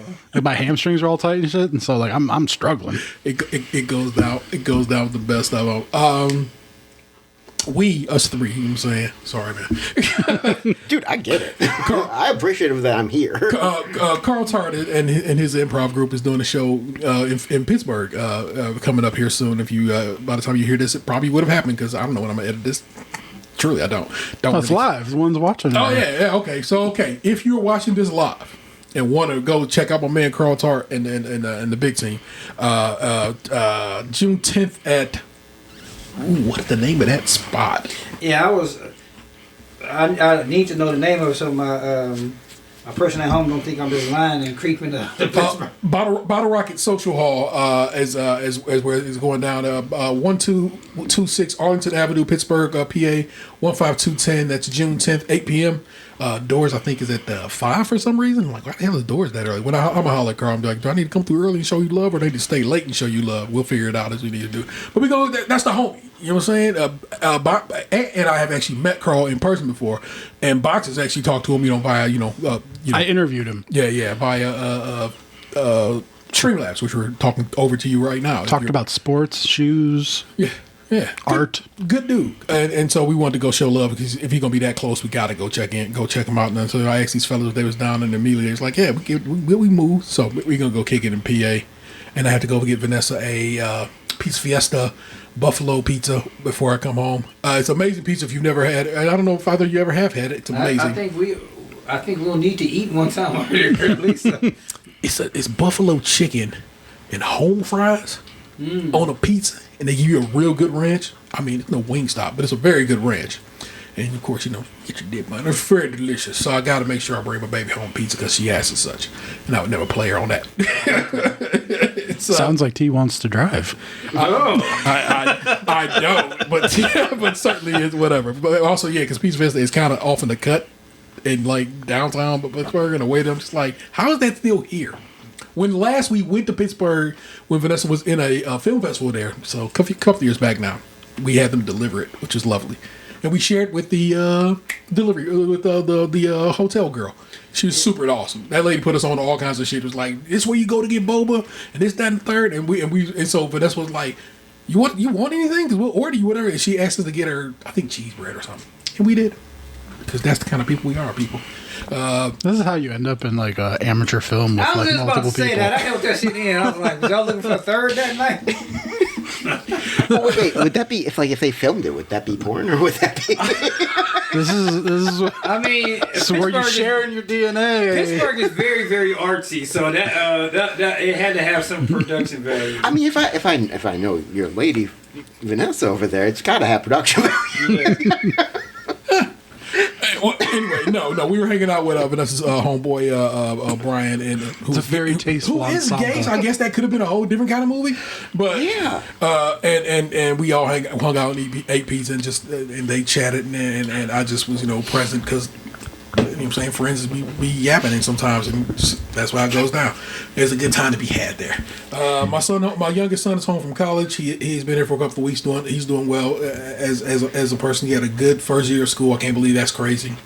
My oldest son left his first job and is now working construction. Oh wow! He seems to like it. I got to get him some boots. Is he building the new Brown Stadium? No, they basically houses around here. And Did he do your steps? No. That would be incredible. But the landlord wants me to do something. Like, it was like, hey, yo, let your boss know I need some shit done. And so he will be doing some work on this house eventually, which is crazy work. It's funny how it all works out. And so, because that's how it always it plays out in these streets. Let's see. Did I tell y'all, the listener, I got a new TV. It's very nice. Oh, To win it in a raffle? No. But well done. My big sister tried out for Survivor. oh, nice. And with the advice of Vanessa, who always knows how to tell like what you do when you're in a cattle call, made it to the stage and got to play around and do some stuff, and she did win a TV.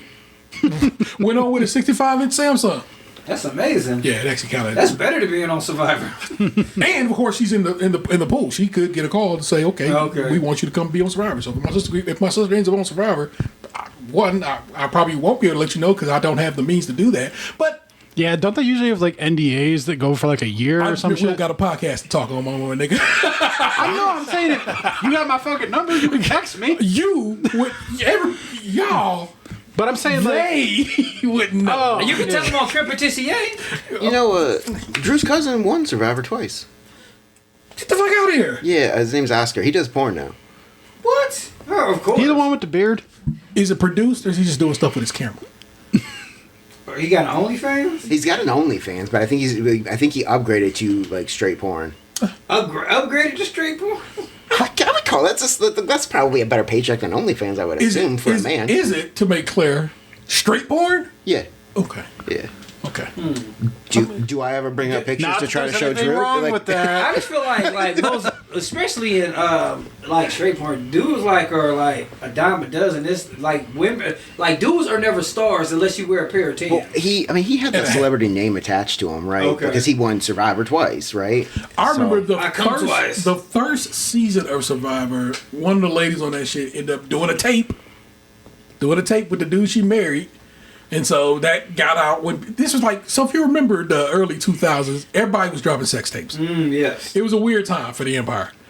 And if you ever, because I remember, what's her name? The one who, Because there was a shift in media back then. You know, everything wasn't digital. Like there was footprints. yeah, the one who shot the Joey Buttafuoco's wife.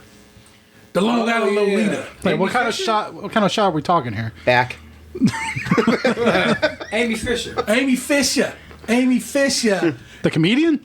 No. No, that's Amy. She might, That's Amy Schumer. Amy Schumer. she might be a comedian. I was like, who knows? Amy Fisher did a tape, but it was so clearly a production that one I think counts the other way. So since you threw me like kind of threw me out there, like, hey, what's your segment titled?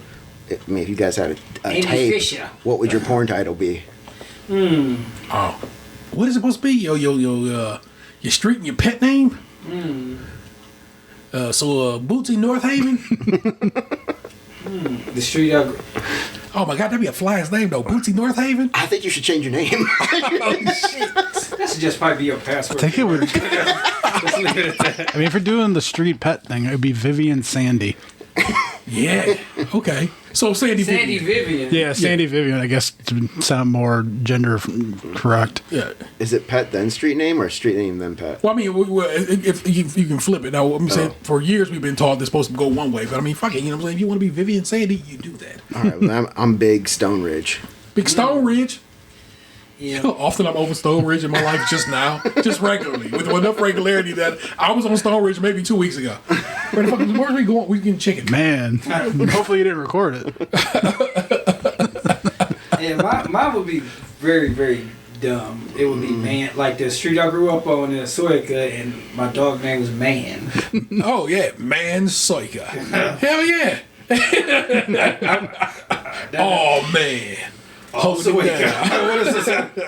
Soika. I also went from a Roku TV to an Apple TV. It's kind of hiding back there in the cut there. Let me tell you something. You need an Apple TV. Everybody, I know you. I'm an Android man. Sure, that's fine. Get your Apple TV. Motherfuckers shouldn't be advertising to you when you watch your TV. You should be able to watch your TV and just watch your TV without it being full of fucking billboards. And that's what they do on Roku, or they do on your smart TV and bullshit like that. And I fucking hate it. Well, I mean, I have a Roku TV. Yeah.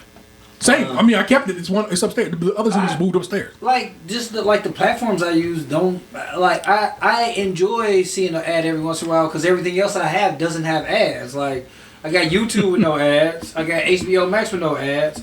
So like seeing like Speedway going by in the background. I bought the adless Amazon Prime. And my life is better for it. Dude, I've burned through so many seasons while working now because like it saves like 15 to 20 minutes an episode with no ads. Yes. Yeah. Let me tell you something. You should be watching Family Law. It's way better than you think it would be. Little fun, little Canadian show, little drama, little comedy, little law. Great show. I've given out like my password to so many people. Don't listen to that, Amazon, or any of the other streaming services I have.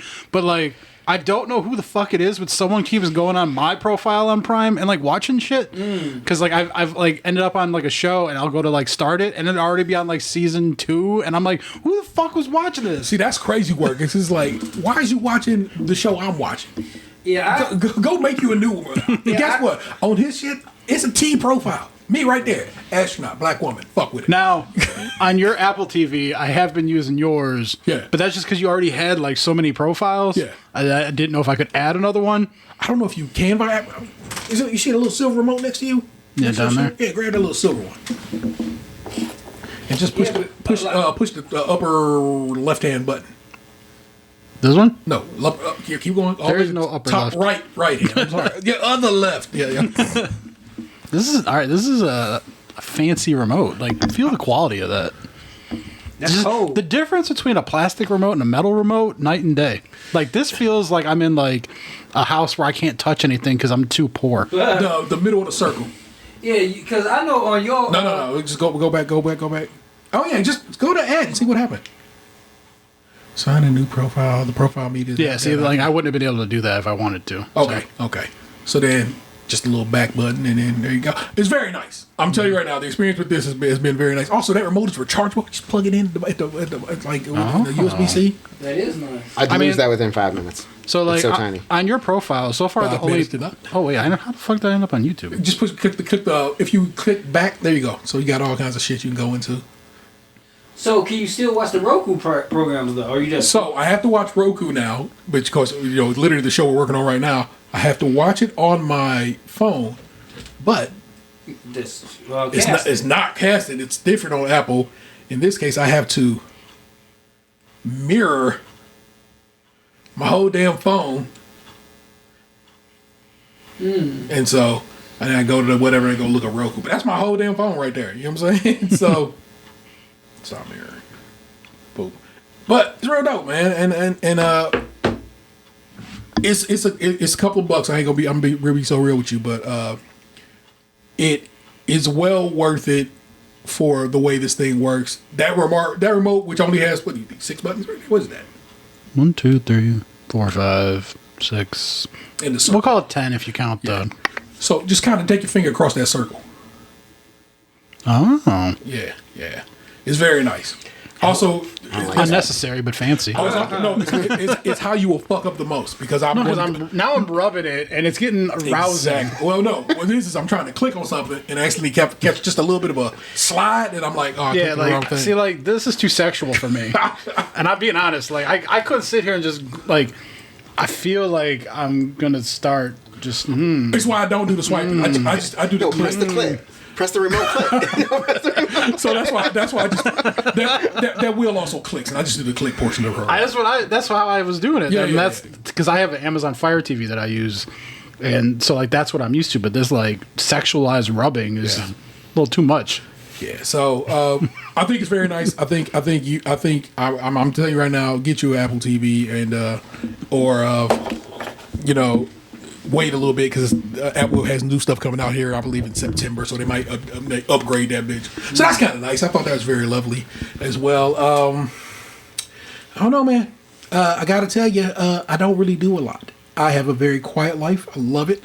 Vanessa's been feeling better, so we're about to get out here and start getting around this track some more, which is going to be nice. We got out there the other day and did it and got a loop in. And I need to tell you something, man. I'm a big motherfucker. And oftentimes be like, man, my back is not trying to agree with me. But we got around that track, and neither one of us was feeling too bad about it after the fact. I'm like, okay, there we go. Which also means this. I know that means I have probably lost a few pounds because my back acts a little better when it ain't got as much weight on it. I'm about to go into month 3 of Zepbound on my GLP-1 journey. Hadn't made me poop any. Well, I poop, but nothing outlandish. I don't feel like I hadn't been stopped up, and I hadn't been the other end, I guess. You know what I'm saying? So the poop been all right. So hopefully, as that goes through, I'll get some more weight off me, and then hopefully that'll help me get off of. I jabbed myself with 2 things right before I came here. Nice. I was driving and I could feel the needle pains. HGH. So I get my stuff from secondary markets. China. And I take retatrutide. Today I took Motzi SS31, and then when I go to sleep tonight, I'm gonna inject Tesamorelin. I don't know what that other one is, but I know what Retta is. Yeah. That's Yeah, I'm very deep into peptides. I also have SLUPP332 at home. I have 5-amino-1-MQ. I have BPC157. I'm very deep into the pharmaceuticals. It's been an interesting 2 years. That's awesome. Respect. So I mean, that's what I'm trying to get some weight off me, trying to get a little healthier and so forth. So I have been eating better, eating not as much of an asshole. Is basically what it comes down to. As we munch on a pack of Oreos, but I mean, you saw me only ate 2 of them hoes, and I won't probably have any more today. So I've been better about that, and that's been good and growing on that situation. Life ain't so bad, y'all. KP is back. If you don't know, that is our was a spinoff of this very show. It's Creme Patissier. It's a Great British Bake Off podcast, and right now we're reviewing the Great American Baking Show. And I've been working directly with PR over at Roku, and so all the bakers will be on this season. And I'm not joking when I tell you that. That's fucking cool. I told my parents about that, how you're doing that. Yeah. I told them that you're going to be like the Talking Dead of baking. Your lips to somebody's ears, and so that's dope. So if you want to, so let's say you like, I like that the cut of that young man's jib. Well, then there you go. You got a podcast you can listen to. It's called Creme Patissier. It's everywhere you can get podcasts at. It's also on YouTube. It's also on its own YouTube at this point because we had to move because we're shutting this operation out. I was like, we got to spend that motherfucker free. It's got to go be free. I also tried to get you a listener. Some random person I follow online was like talking about how she was watching like the Great British Bake Off show or whatever. Yeah. So I DM'd her and I was like, you should listen to this podcast. She didn't read it, but I tried. Respect. Because you know what? One day she might, and I love that for us. So yeah, if you are you should right now, if you're watching this live, you're on SKim's YouTube. Go subscribe to Creme Patissier. It's just that. It's Creme Patissier. It's spelled with a K. It's great. Go get down with that because we're doing dope shit over there, and I'm very appreciative of how we move with that. So it's a good time to be had there. So there you go. That was tea time. Now I in my head had said I wasn't gonna do no more amateur assholes this week. I was really gonna go out with no amateur assholes, and then I was like, we gotta do at least a couple of amateur assholes, or at least discuss them. Well, hey, look, I'll offer up 2, pick one, and then we sell free. That's the last amateur asshole we do. Yeah. All right, so I'm gonna pull it up. Here are the two Am I the Asshole I saved. Am I the asshole for ending a 13-year podcast?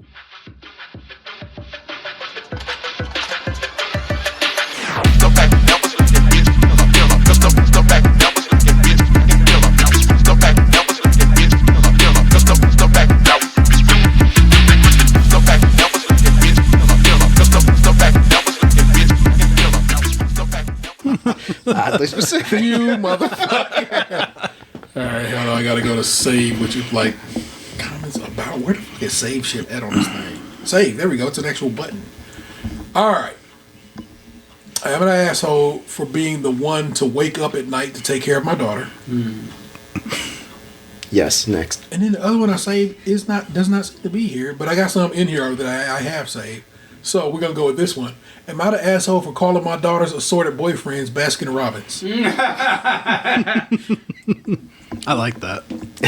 So you can have one or Sounds both. like the daughter is really into interracial dating because she's hitting all 32 flavors. Is it 32? I thought it was 31 flavors. 31? I don't know. Yeah, okay. I hope she's getting I two never scoops even at a been time. inside of a fucking Baskin Robbins. All right. I did save another one that I think has gotten deleted because it goes down like that in these streets. We're going to do Baskin Robbins and we're going to do this daughter. We're going to do the daughter one first because it's a little sensitive. And then we'll do the Baskin Robbins one because it just seems funny. And then that's it. That's your last Am I the Assholes from me. Okay? There you go. Am I the asshole for being the one to wake up at night to take care of my daughter?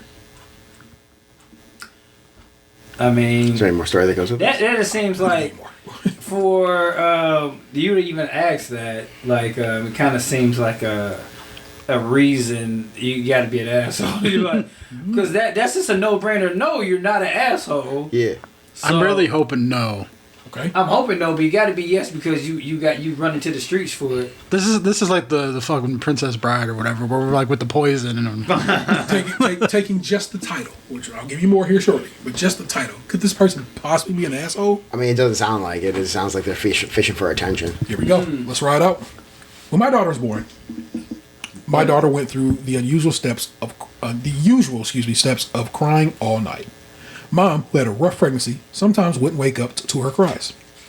I've always been a light sleeper, so I'd wake up, take care of whatever she needed. Rocking, maybe a warm bottle, diaper change, something. Soothing. I never said anything to her, figuring she would wake up at times when I didn't, so there would be a balance. One time, though, we went out with friends, and she started gushing to her friends what a great baby we had. And she hardly ever needed to get up in the middle of the night because our daughter would mostly sleep through the night. I didn't want to embarrass her, the mother of my child, in front of her friends, so I waited until we got home to bring this up. That's where the problem began. As soon as I told her I was getting up at night to take care of the baby, she absolutely lost it on me. She said, "Why would I do that? Me not waking her up to do it is the reason she now can't wake up when she cries. Says I stole motherly duties from her. I didn't see it as a mom or dad duties, but as a shared parental task. I didn't care if I was the one doing it or not. I just wanted to care for my baby. Mom seems to look at me as some kind of monster for trying my best to be a good father to my kid. So am I the asshole for waking up to take care of our daughter at the night instead of leaving it to her mom?" There's an edit, so we'll get to it. But there you go. With that, now is this man an asshole? for asking this question. Yes. Yes. No, yeah, I agree with it. He's not an asshole for his actions. He's an asshole for his actions. Like, I mean, that wife seems like a kind of a nutbag a little bit. Like, Right, like there's no situation here to where like what is he expecting from this? Like he's gonna go back to his wife and be like, "Look what the fucking internet said." Oftentimes they do. That's fucking. But also, that is so clearly postpartum. That woman is going through some things, and he's probably even more right to be waking up to go take care of that kid because she needs the rest right now, and she'll be better. Sure. As time goes on, she'll be fine with this. But let's check out the edit and make sure, because if all I know, them motherfuckers say she left me and they took my baby. Because man, it's Reddit, so it goes down. Could you imagine coming back to Reddit and saying some shit like that? Like, she left me and took my baby. Thanks, Reddit. I'm telling you, I actually can. So, edit one. I can't believe how much this blew up. I've tried responding to as many comments as I can since I originally posted this. I want to add some additional context for some of the more common questions. I work between 9 to 12 hours a day, 6 days a week. She was also working. We had very little overlap as far as time goes. Conversing about what was going on presently was usually our topic of conversation. Mom was never really one to ask how my day was or how things were. And if I asked her, it was usually a mumbled groan. So I typically didn't share much. It was always more of a thank goodness you're home kind of vibe, and I left it at that. The fact that this wasn't a topic of conversation seems to be confusing for some. Mom wanted to track all feedings and diaper changes, so she had downloaded an app to her phone where she and I logged everything. There was maybe an unreasonable expectation on my part that she was checking this regularly, and he's been putting it in the app like he should, and she just ain't been checking it. Okay, but this kind of reminds me of something that happened to us in real life. Okay. I remember we were all waiting on at lunch one day. We were all waiting at the crosswalk, and this dude looked at all of us and smashed the walk button.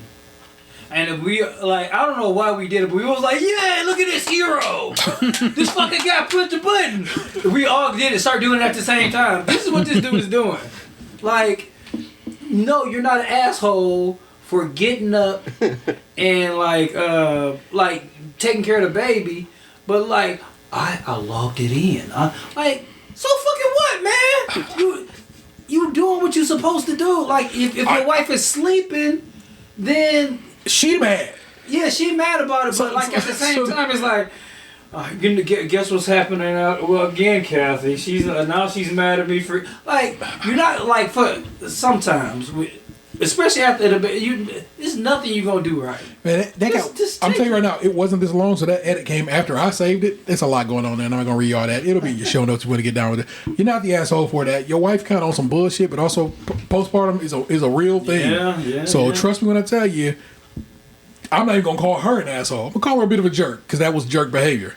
Don't be yelling at me because I'm doing what I'm supposed to do. Because I gotta trust me. What I'm telling you right now, I was up with Xander every night for when he was one. I had gotten time off of work. They gave me the whole parental leave with my oldest, and two, it was easy.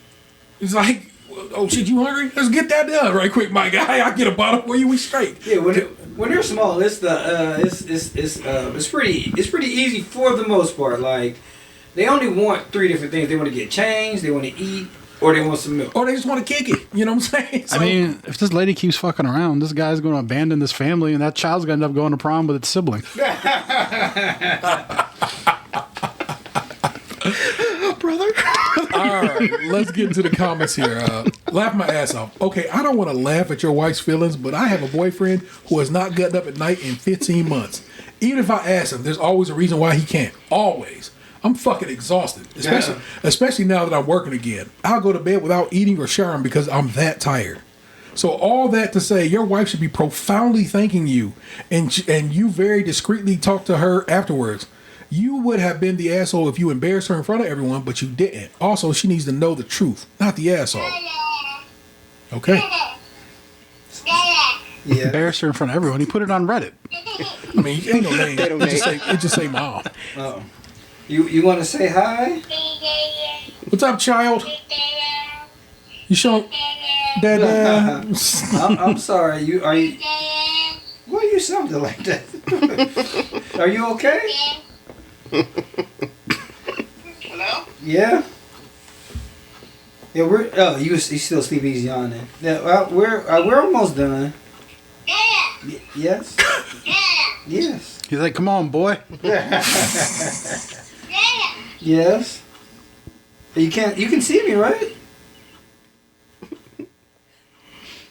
All right, I'll call you back in a little bit, okay? Oh. Your father has on Knicks colors. Oh. We're going Mets. You okay? Fuck the Knicks. He's wearing a Mets hat too when he showed up. I know. That's why I said Mets. He's full New Yorked out. This more New Jersey. It's not New York. It's Queens. So I'm saying we do it like that. All right, one more comment from this one. Yeah, OP, if she gets mad and dumps you, I'll marry you. Laugh my ass off. There you go.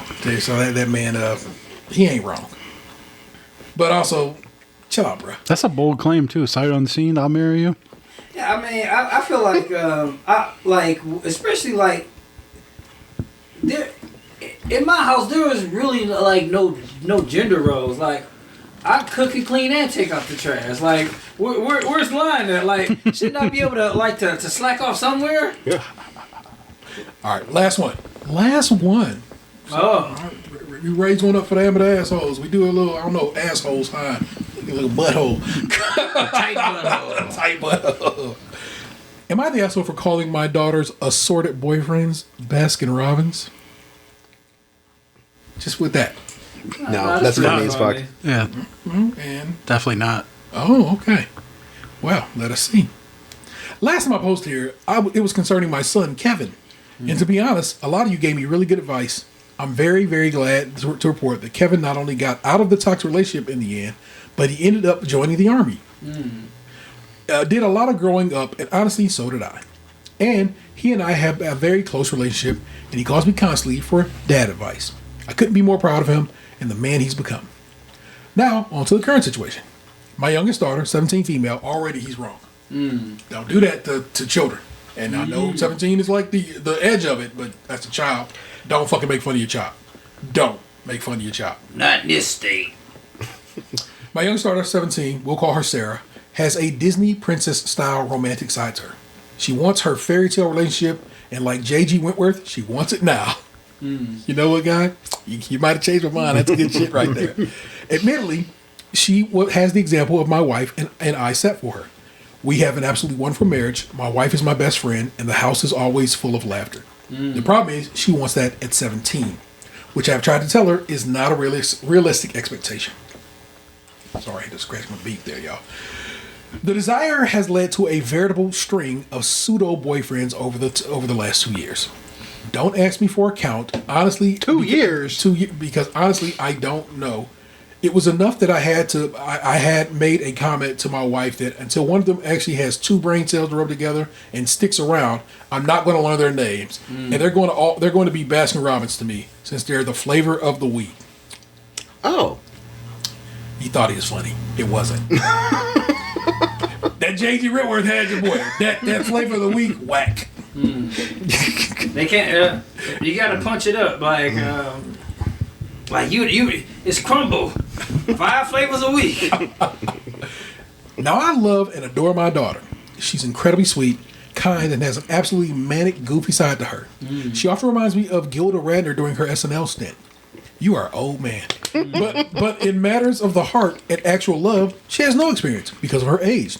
And any conversation with her regarding it ends in some variation of, you just don't understand, Dad, being thrown out. Because you don't. You were never a 17-year-old girl. You don't have the experience to understand. Your daughter is absolutely right in that regard. Before we continue, did at the beginning of the story he say that she's been dating for the last 2 years? Yeah. So, okay. She started dating when she was 15? So she started Baskin Robbins hoeing at 15, okay. You got, see, in your mind, you think this girl is fucking. I think That's not what I said. She's moving around from partner to partner. I didn't say anything she was doing. Well, you said hoeing. Not like that hoeing implication. implies fucking. Okay. Ask ChatGPT. It'll tell you. What I'll tell you is she might like a boy this week and like a different boy next week. And that's how. Romantically hoeing. Okay. I'm going to let you have Romantically promiscuous. No. See, you can tell.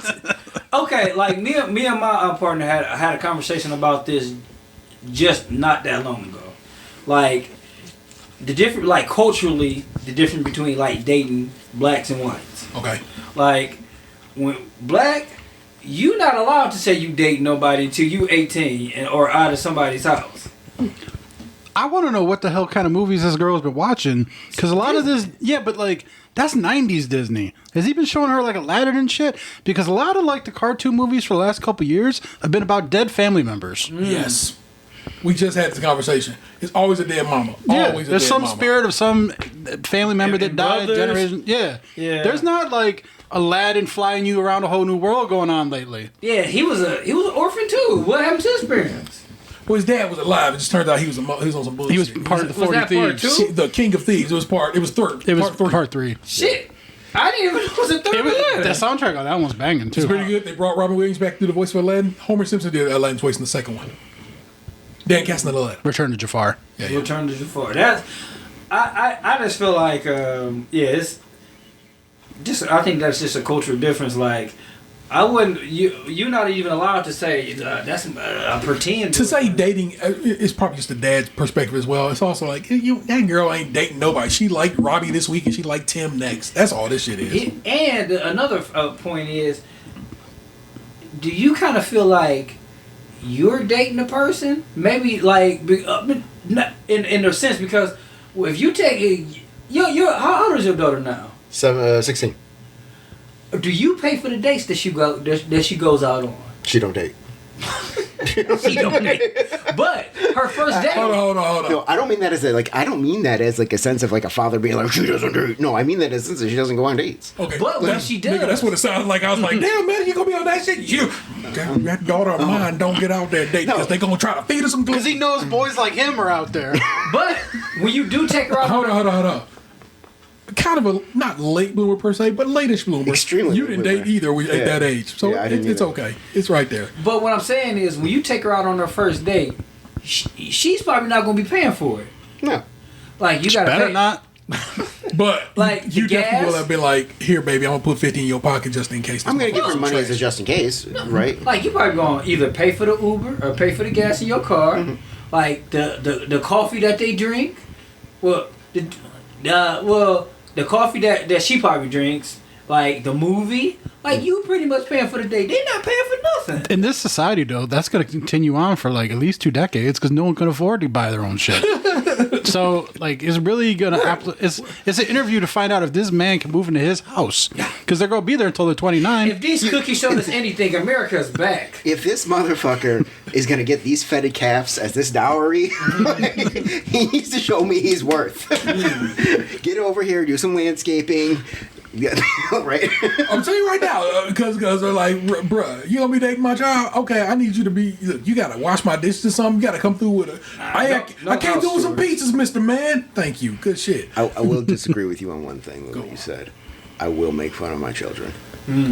There's something to it. This one I'm like, it's a little it's this touchy right here. It's sensitive. Don't poke that particular one. If you're talking Bullying is a necessary part of rearing your children. It is not. We don't do that. It's bullshit. And trust me, when you have lived it, you're like, I would never pass that on to my child. And I haven't. So to give you an instance of something my child, after the years of me of my jokes towards my children, yeah. it has put my child in a sense to where she knows she can say what she wants, basically. What it is, I've also been there when somebody else has tried to joke about your child, you be like, hold on, motherfucker, real fast. Well, yeah. But that's how families are. The jokes are for You know? us. They're not for you. Oh. It's like people talk shit about Cleveland. Like, I can talk shit about Cleveland. You can't. But say something else, Ari Spears. I can make fun of my kid. You can't. Like, it's got my daughter to the point where she's extremely quick-witted right now. Yes. We were even riffing back and forth. Like, me and some friends were over. We were going back and forth. And, like, she tried to get involved. And, like, I'm like, all right, fine, let's go. Go. And then she's just like, man, you look like somebody that is very familiar with the color bronze. And I'm like, what do you mean by that? She's like, I'm just saying you probably took third place a lot in your life. I'm like, fuck you, child. Fuck you, child. I never even adopted. placed. The fact you thought I made it to the top 3 is fucking, that's high. That's shame on you, motherfucker. Oh, let me finish reading this shit. Sorry. No, it's just how this works. You just don't understand Dad being thrown out. To my mom and dad, if you read this, I'm genuinely sorry for everything I put you through as a teenager. I told my Baskin Robbins joke to a friend of mine recently, and she got visibly heated. Oh. She, notice what he said, she got visibly heated. Notice how we can kind of like, haha. Ladies know different because they've lived their life, they've been a 17-year-old girl. That's why, like, you don't know Dad. You don't. You truly don't. Yeah, women get judged much more harshly than we do for Yes. having multiple anything. Yeah. And she said I was an asshole for this, saying it made my daughter out to be some kind of whore, which absolutely blindsided me. Oh, and I've always viewed the joke as a reflection of the teenage male experience, not my daughter. So Reddit, I leave it to you. Am I the asshole? Reddit, of course, said, yeah, you're an asshole. But there's an edit. I want to know how many different boys there has been before I make a judgment. I it shouldn't matter. It doesn't matter. It does, because if it's like 16, I think the joke is valid. I guarantee you, because this dad is probably just enough. Tops probably 5, but in his mind, that's too many, or it's so many. I mean, like, even if it was 16, it's like, Man, Yeah, If it's 16, I'm looking at my daughter like, you need to figure out you and your selection process. well, yes, that's but the this point. what this time is for. That's it. That's what you're supposed to be doing. This is when you're reviewing things. Like, that one didn't work for this reason. This one doesn't work for this reason. That is figuring it out. It's what you're supposed to do right now. Again, I hope she ain't smooching them all. And I mean literally just that smooching, because I don't want, coming home with mono or herpes on the lip, you know what I'm saying? But What are they doing? Going to Bible study? who knows? I truly don't know. You could, they could be just like Ant said, having a call. Are they just playing Fortnite together? Like, what the fuck are we doing now? That is something people do. Playing video games together. Just going to movies. Right? That is things people do. I asked Chad if he would attend the season 6 Fortnite dance party with me. Did he say yes? He left me on red. All right. Motherfucker. Thanks to those who gave me genuine advice and DMs. This helped me see there's see things in a different light that my brain honestly never considered. Yes, the joke will be stopping, and yes, a more concerted effort will be made to retain names. And thank you for reminding me just how weird people are on this site. To the one dude who jumped into every comment pointing out that she's technically my stepdaughter, you're freaking weird. Stop being weird and get help. That makes this shit kind of even That's worse. a stalkerish behavior. That is weird. That means at somewhere point he said that it was his stepdaughter, his wife's daughter. I mean, somewhere in there he can't say it, whatever. Unless he said it on the other post and that dude remembered. Oh yeah, that is stalkers. You saying. Edit 2. Man, I forgot how Redditors can just make up entire life stories and biography from a past comment history for a Reddit account I barely use. Laugh my ass off. Y'all need some better hobbies. At least I can admit my failings and work on them. Way too many of you are on some bizarre crusade to demonize everyone. One glow in the dark comment. But in matters of the heart and actual love, she has no experience because of her age. Yet you're making a joke out of her gaining that sort of experience. What is with boomer style shit simultaneously thinking the kid are naive for not having enough life experience and also demanding doing shit to gain that experience? You're the asshole. Fair enough. I don't know if we had to get that deep.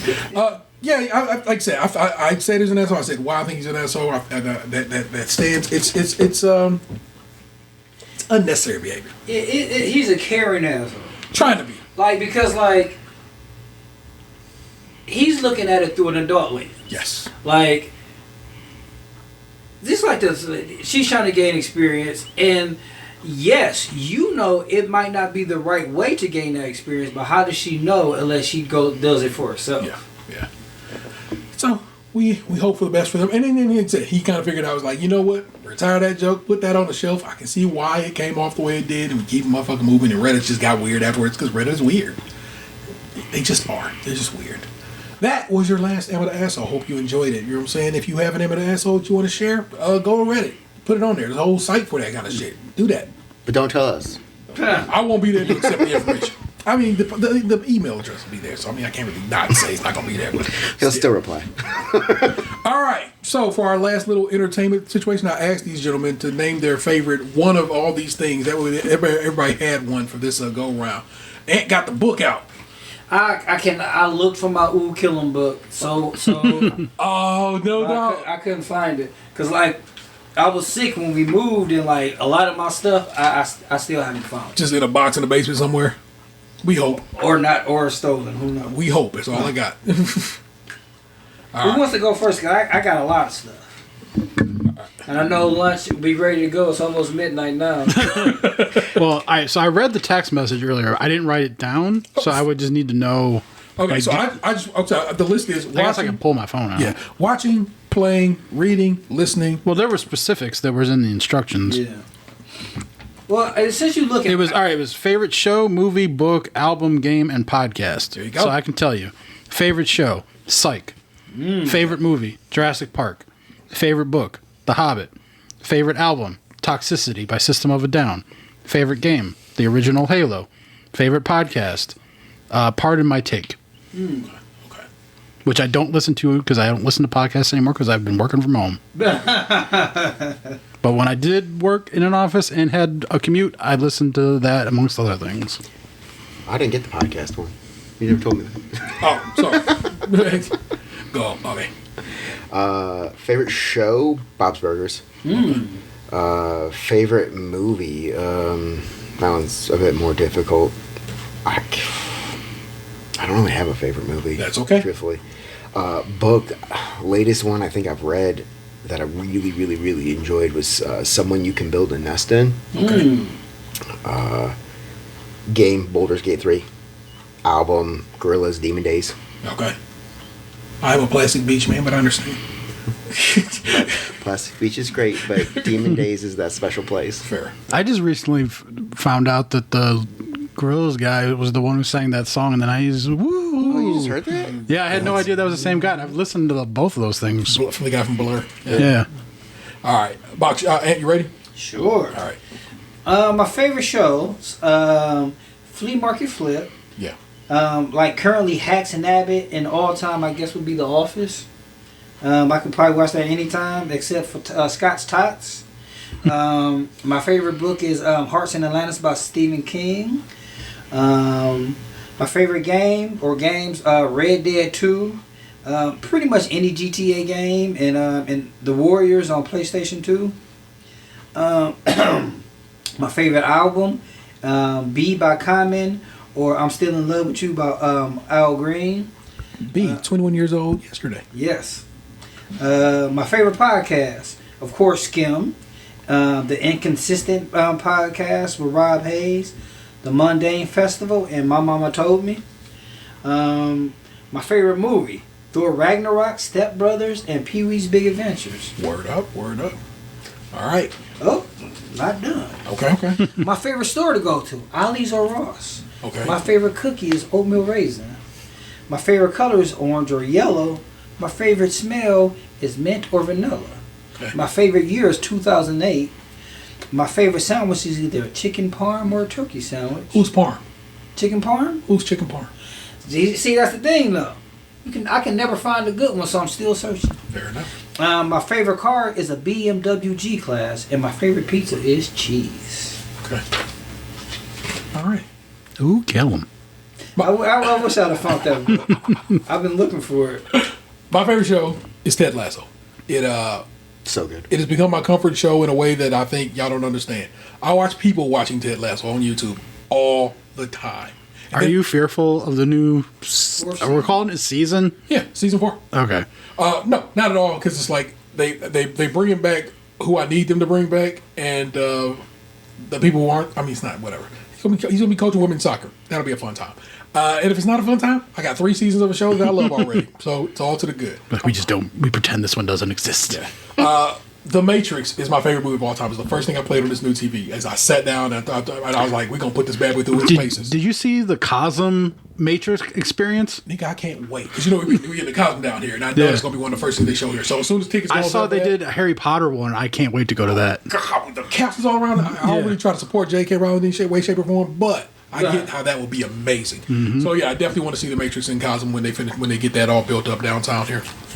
It is a movie that holds up so well that I don't think people understand how good it is. You go watch The Matrix right now, and I've watched people watch it, just like I watch people watch Ted Lasso on YouTube, and it's like young people who don't know no better or whatever, and they immediately when Morpheus says, "We marveled as we celebrated our new invention AI," and all these motherfuckers be like, "What?" As if they didn't know we knew about AI 30 years ago, but yes, we did, and we knew it was bad then, we know it's bad now. Relax. But it's also gorgeous on that TV in a way that the 4K edition of The Matrix is so pretty.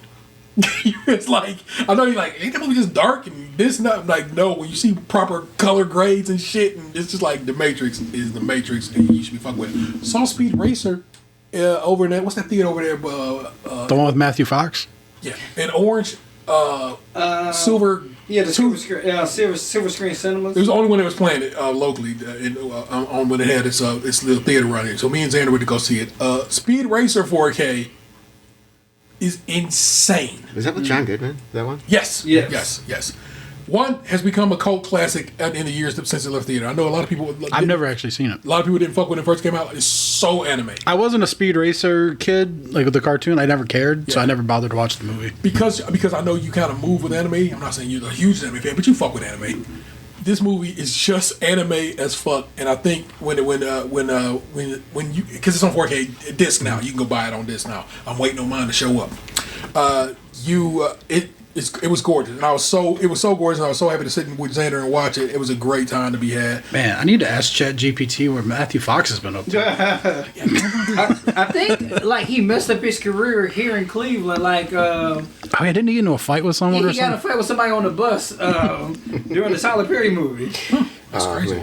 My favorite games are Dishonored 2 and Resident Evil 4. Resident Evil 4, Resident Evil 4 on the Wii, but then Resident Evil got a remake in the last couple of years that is fucking phenomenal.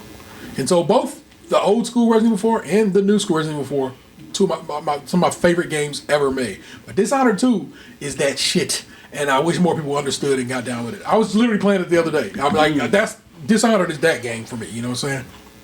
I can't off my man like that's my favorite book. I used to say High Fidelity, but rather than High Fidelity was one of my favorite movies. The book's great, and I really do love it. And I love a lot of Nick Hornby's work, but I also love a lot of Christopher Moore's work and so forth and so on. But the book I'm reading right now, and literally just finished today as I was setting all this up and just getting the house taken care of, is Platform Decay, the latest Murderbot book. Another Murderbot book. If you've not been fucking with Murderbot actually says a show on Apple TV. One season is up if you want to check that out. Murderbot is so fun. And I was glad that he had another book out right now. My favorite album is Midnight Marauders by A Tribe Called Quest. It has been that way since 1993, y'all. It's one of those ones that has never left my favorite category. And I can listen to it at all times. My youngest loves that album too. It's just a part of my family's life. My favorite podcast is this one because I've listened to every episode of it. I haven't. Multiple times. Multiple times, people, because I'm the one who has to make it. And so, trust me, I've heard every one of them. A lot. And I've never been like, yeah, man, that was whack. No, I've always walked away like, oh, we really pulled something out right there. And that was different and unexpected.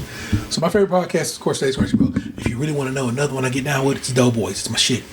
God, I was so proud when Nick went to Japan. You know how proud I was in my literal heart that man finally got through himself. Not because when you say people got over themselves, it just seems kind of whatever. No, he got through what he needed to get through and finally made it happen and got. Would you care to elaborate on the people who have no fucking clue what you're talking about? Okay. Nick White is one of the hosts of Doughboys. We've met him in real life. There's a photo. He the white one or the black one? There are two white. There are two white. I thought it was. There's only two white men who host Doughboys. It's Mike. In that picture, Is he the one that was in Twisted Metal or the one that wasn't in Twisted Metal? The one that wasn't. No, okay. Twisted Metal. So, and Nick has never flown over an ocean. Is what he tell you. He's never gone anywhere internationally. He has gone to Hawaii, which I think should count, but still, because he's a bit of a claustrophobe, and also other issues that have held him back from being able to finally do that. But when the Mario Galaxy movie got announced, Universal flew a lot of people out to Kyoto, Japan, where Nintendo was headquartered, to watch the premiere and hang out with the actors and do interviews and stuff. And they offered Nick, who has another podcast called Get Played, it's a gaming podcast, and his co-hosts, Heather Ann Campbell and Matt Apodaca, the opportunity to fly out to Japan to go see the Super Mario Galaxy movie. And sure as shit, they, like I said, got through it. Not over himself, not whatever. He figured out what he needed psychologically, mentally, so forth, healthfully, to get whatever needed to happen for him to get over to Japan, get to see that movie, get to do these interviews. He's a fucking great, phenomenal writer. He writes on Rick and Morty now. Him and Heather Ann Campbell both are writers on Rick and Morty at this point. So he's a very funny, sharp guy. And so he's doing these interviews with Jack Black and Benny Safdie and Brie Larson and all these people from the Super Mario Galaxy, and he's so fucking quick with it and so forth and so funny. And then it's just to see some of these actors who are not so quick with it, Chris Pratt. It's hilarious because it's like, oh, you missed it. You ain't know. I mean, in fact, him and Chris Pratt have met before because Chris Pratt did Doughboys because Chris Pratt starred in a movie called The Tomorrow War with Mike Mitchell, the guy from Twisted Metal. Yeah, I've seen it. Yeah. Good movie. Fine movie. A fine movie. You should watch it. It's on Amazon. It's a Prime movie. It is a Prime movie. That's exactly what it is. And so, of course, Chris Pratt don't remember that he met Nick Weiger on the podcast, but he did. He had. I just found that amusing. But it was real. It just made me real proud. And I know it's weird to be proud of a stranger. It's that parasocial bullshit. It is what it is, people. But that's what it was. And so, respect due to my man Weiger for making it to Japan. Doughboys is my favorite podcast. This is the podcast I've listened to every episode of. It stays right here, milk. So there you go with that. Well, people, I'm gonna give you the outro, even though it serves little to no purpose. But I figured one more time would be a good time to do it. If you like hearing us wax poetic about all things Cleveland and ourselves, please like, comment, hype, and subscribe. Hit the bell for notifications. We're here when we're here. And if you want to join us live, that's what's up, and on podcast services otherwise. Consider buying a shirt over at tpublic.com/StageCrunchy and Milk. /user/Stage Crunchy and Milk, all one word. Crunchy, of course, being spelled with a Hey. All the new T-shirt designs are generated by ChatGPT. not ever. I can say with the full force of the full brunt of everyone, every design that we possess on that website, I paid somebody to make. And they use ChatGPT. And also, it was years ago, well before I was going to say, it wasn't even made. yeah. So I'm very, very respectful. I love that I made it a point to pay artists to do art, and that's what we fucking do in this fucking family. If you don't know, That's why I'm going to be excommunicated. if you don't know, the K and This SKiM. family makes porno. Black artists tearing this family apart. The K and SKiM is directly from a man to my immediate left. Adam Wade said, "If you spell it with a K, I'm in, because that way it abbreviates to SKiM." His words is why this show is abbreviated to SKiM, Stays Crunchy in Milk. Would have been Shim otherwise? Scheme? I don't know what you do if there was a C right there as opposed to a K. We'll never know. We'll never know. It made the whole thing flow too, with your blurbs, just being able to say Crunchy being spelled with a K. It added a little something something. Just a little sauce. Because we're Kardashians. It all goes back to Ray J. Superstar. Watch his next tape. You won't hear that name at all, but you got it live. Shut the fuck up. My bad. With no production value, you just lay there. Feel free to give us a call. 216-264-6311. That's 216-264-6311. We certainly love to hear from you. And hear from you we have. I'm going to read this email first, and I got some clips I'm going to play for you off my phone. And I'll edit them properly into the edited version of the shows, but we'll play them through the phone here. This is from April, who wrote, "I'm going to miss you guys. I'm going to miss listening to all you guys together. The days you were at work and the bird showed up," word to Jasper, "that was an unpaid contributor. The Puerto Rican Poppy with his family on the journey, listening to the different states they went to, what they learned, and hearing his kids grow up. Tayrell's kids are buying cars, graduating to become the best adults with super supportive parents. Tatum was my disagreeing person. If I thought he was going to say right, he would say left. I never knew what his opinion would be, and I love that. But sometimes I'll be like, can we be on the same page once?" Maybe. And Lunchbox, my crush. Oh. "I'm going to miss the hoodie and beard. Super sexy. You're sweet, thrifty, Canadian going, witty, knowing, R&B, and you are an amazing person. Love, April." If you heard us earlier in the show, Box himself shouted out April. There's a love there that is to be sad. April's husband gonna be mad at Box one day. Good thing I ain't in Florida. All right, I'm moving to North Carolina. Come on and raise up. Take your shirt off. Twist it around your head, spin like a helicopter. We gonna head to my old. I found my wife on Instagram last week. She just don't know it yet. We're gonna head to the Google Drive, and we're gonna play some various little things here. This first one is from Michelle, and let's see if it'll play. Is that gonna play? Oh, it is playing, but is it not like? Oh, I gotta crank that up so hard. These guys Hold on. Stays Crunchy and Milk. Man, I don't even know where to start. These guys have been a part of many lives for over 13 years, and it's been a pleasure to hear about your lives, stories, all of the wonderful recommendations for food, and mostly for me, it's just been really cool to hear some insights on some of the really heavy things that are happening in the world, and to know that, you know, there's a place I can listen to people that think the same way I do and care the same way I care.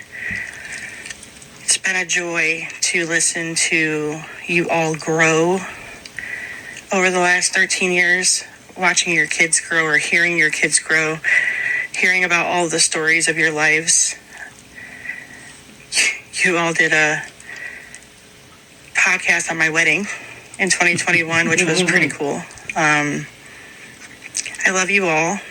I hope that you all continue to dunk lots of cookies in milk and continue being the wonderful people that you are. I love you all, and I will miss the show tremendously, but I am very proud of you all for sticking with it over all of the different times of your lives where I know you had other things to do, but you still made SKiM a priority. But I love you all so much and super proud of you, and know that you're all going to do great things. Mwah. Lovely. All right, and this one is This kind of reminds me of like the people who fake their own death so they can listen to people at their own funeral.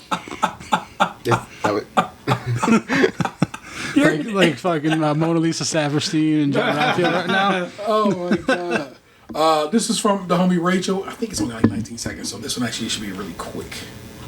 Shout out to SKiM Pod and their years and years of providing entertaining content. I wish them all the best and success in the future. Shout out to my buddy T, over a decade of friendship. Hope you have a great day. See you later. There you go. Thanks, Rachel. This is, of course, the homie Chalfie. Hey, what's up, Stays Krunchy Milk? It's your homie Chalfie. Just wanted to get in. Hopefully I made it under the wire. Just wanted to share some memories I had. I remember like first listening to the podcast. I came in during the era of like the lunchtime podcast. And I really I thought that was the coolest because it just, I remember saying this a while back, like just being a fly on the wall, like almost overhearing the table next to me. And you guys just talking and having a good time, and it was just like such a unique experience and really, really felt like truly organic and like a time stamp where it was just like it was this day at lunch, something where I would go home if I were in that room with you guys and be like, man, listen to this. There were these guys sitting next to me and they were talking about this thing. And so that really, really drew me into the show. And then just the evolution of the relationships and, you know, Gabe taking his trip, kind of going through, his RV life and just all the different changes and things. It really is just nice to have been a part of your guys' lives and just hear you grow and change and highs and lows and all that stuff. But just mostly just show how to be friends, how to support each other. And even if you do have disagreements, you still work it out in the end. And that's a beautiful thing. So thank you for 600. You guys are amazing. Peace. That man's been in my car. Yes. Which is crazy when I say it out loud because he lives on the other side of the country. Yeah.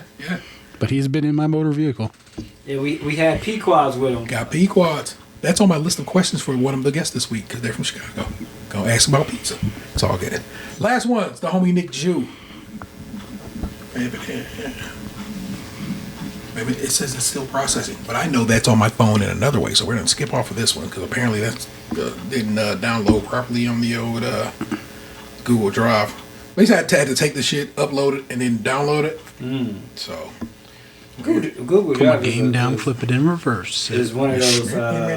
It's not that great. Like I found the old phone and I took some of the pictures off of it and I put it in Google Drive so I can have it on anytime, and it didn't work. all right, if this don't, because this is coming out of my text messages, and so Apple be weird sometimes, y'all. I think that you are probably recording the last SKiM. I hope I didn't miss it. If I did, charge it to my head, not my heart. If only you gets to hear this message, I still think you need to, but hopefully I made it in time for you to share it with your audience. I do not remember how I came upon y'all, but it's been a long time. Back when Ant was a single guy, and now he's a whole dad. And Box, a homeowner, a collector, distributor, a master Pokemon catcher, and Gabe, before he drove across the entire country with his family, was on here every week. I remember doing Oreo testing with y'all. I think I got the nastiest Oreo ever, the Swedish fish one. Oh, yeah. There you go. Like, I feel like I have been a part of the SKiM Pod family for a very long time. And especially T, my internet best friend turned real life friend, play auntie to the children who are now adults. It's wild. Congratulations on a hell of a run. I really think that people don't understand what it takes to have a podcast run as long as y'all have, with the level of pre-production, post-production that you do, the innovative am I the asshole that people have stolen, or maybe not stolen, but I believe people be listening to stuff and don't really say that they are listening, and then they take your ideas. Ask me how I know. All kidding aside, you all did a wonderful thing for a really long time, and you will be greatly missed. So I guess I'm doing this voice note to, like, send you all off now that he's too big to hang out with his people now and all that, and he's so famous, he just forgot all of us. So I guess, like, goodbye. No more talking about taco titties and 10 grand an inch. God. But it was a really good run, and you guys were some of the best podcasts I've ever listened to. Either way. Go out there and kick some ass. And there you go, people. Yeah. Thank you, everyone. Thank you, everybody who for the kind words. Thank you for showing love and being a part of what we do here. It has been a delight. Like, it is rare that it got, like I said, the last few go arounds, it just was like, good Lord. Sure. All right, come on, Box. Let's get it done.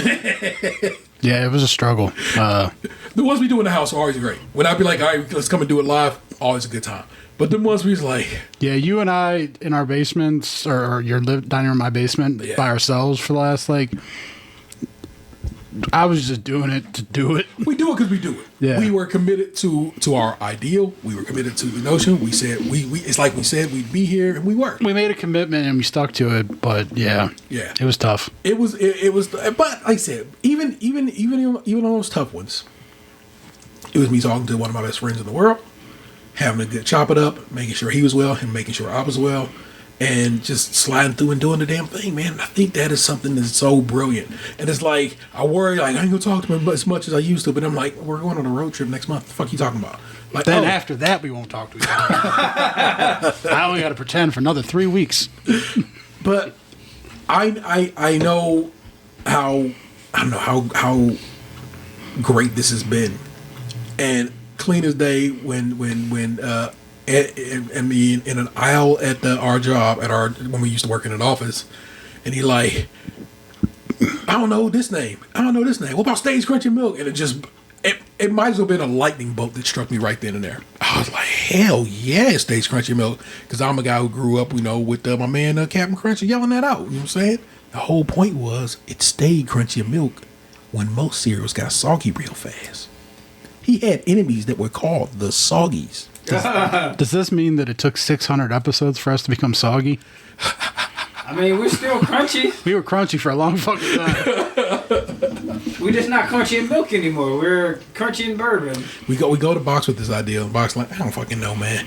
And then he really was, but he was like, he was down, but he was also like, come on, man. I didn't really have a say in anything. I've known y'all a year. I don't know y'all like y'all think y'all know me, but he was still like, fuck it. And that's exactly, and I like that you were just like, fuck it. Because you didn't have to. You could have been like, no, my guys, I won't be joining this little mission. But you didn't. You're like, all right, I'm down. And I'm like, you guys are using my mic, so I gotta be on the show. Or I'm taking my ball home. That's the same mic that I've been using to record. This is how shitty I am T bought me a brand new snowball a couple years ago to set up for recording, and I've still been using that same fucking snowball this whole time. The bitch work. So what I'm supposed to do? The microphone do what it's supposed to do, y'all. I can't be mad about it, but he could have used a better microphone. He just was like, well, the thing was, I finally put that thing on the arm. I remember, but then like I had nowhere to really like hook it to, and I didn't want to undo my setup. Yeah, so I just kept using the snowball because it was easier. Yeah, so that's what's up with that. Dies. So then we go over to this guy, right? And I told you, like I just said, he was like on one. on one whatever. One what? What is the word I want there? Condition? Condition is the word I wanted there. Thank you, sir. On one condition, you spell it with a K. So it abbreviates to skim, like skim milk. And I'm like, bet. Because we had at that point, we got a little acronym for skim, stays, crunchy, in milk. It's what we've done. Thank you, my amazing partner, for all that you have contributed to this show. You say I don't say it out loud to you, so here I am saying it directly to you. You taught me how to edit, both video and audio. You taught me how to make sure I have notes prepared. So I never came into a show freestyling, ever. I'm always prepared for this shit. To this day, if y'all knew the notes that I write up for KP, you'd be like, damn, man, that's a lot of pages of notes. But it's a reason I do that shit. It's so we provide for you some entertainment, hopefully some dope shit. We was never as big as we wanted to be. Man, I wish we was massive and everybody was like, those motherfuckers was crazy. Do you still have them? All the notes? Oh, every one of these is typed up on my computer. Yeah, I don't got the paper ones for everything because after a while you still got them all typed up and everything. Yeah, every single one. Put them in a book. Maybe sell it. I like it.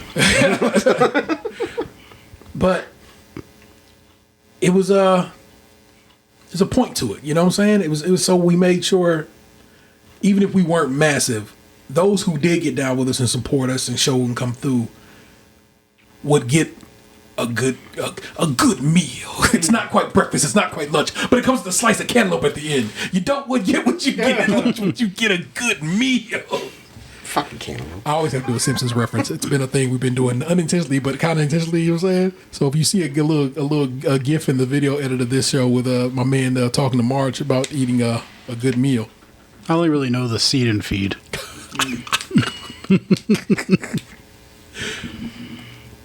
It's been a real good time, and I am as I said earlier, I'm grateful for all of you guys' existence in my life and what you brought to my life. Yes, what you brought to this show, this bit of entertainment, this little bit of recklessness that we did for a very long time, celebrating each other in all our lives and all the good, the bad, and the not so good, the not so bad. See what I'm saying? It's been a real fucking dope thing. Let's give it up for Halal guys for being every bit as good as we hoped it would be when we got to eat that shit. Let's give it up for Federal Donuts for it turning out to really have some fancy ass tasty little donut situation. Gotta give it up to them. Let's give it up to Pequods for really having an amazing kind of pizza that I'm kind of like, that's pizza right there. You're doing some things right there, man. Word to Detroit for being Detroit, man, and making it so comfortable. And that's eating weird fish flavored chips. It was what was going on? Cuddle flavored joints. You remember them shits? I do. I didn't eat any. It's a wild boy. This felt real bad. But Buddy's is like the Buddy's pizza is so part of our life. I've gone to Buddy's Pizza like the last 4 times I've gone to Detroit. Yeah, man. We went to this toy store up there, Sergeant Red's beautiful toy store. Like saying it has basically old school toys, Transformers and shit like that. It's an amazing little fucking situation. Love going up there for that, man. Just I don't know, man. Yeah, here's something. So every time we go somewhere, yeah, maybe you the listener don't know this, but I, the friend of this man knows it. Box will always throw a little something on the schedule just for me. He'll do something for Box, for Ant too, but always be like, I got this record store over here. I'm gonna go check that out. And he had already plotted it out. It was already in his damn GPS most likely. So he'd slide me over to a little spot so I can go see some shit just for me. And I think that's wildly special. Me and Box have been to DC a couple of times together at this point. You know what I'm saying? Ted's Bulletin is a restaurant we went to because Ant knew about it. On that trip that we were supposed to go to one place and we ended up going to DC instead of that one place, we drove through that one place. It exists. But we ended up going to DC that first time. I have this gorgeous picture of Box and Ant standing next to each other looking out over the Washington Monument at the reflecting pond. That's me I guess Abraham Lincoln to my back and me taking a picture of them out there looking at it. And it's just like one of my favorite things that I've ever done. It's a great picture. It's one of the best things I have in my possession because when people ask me if I have black friends, I'm like, yep, see?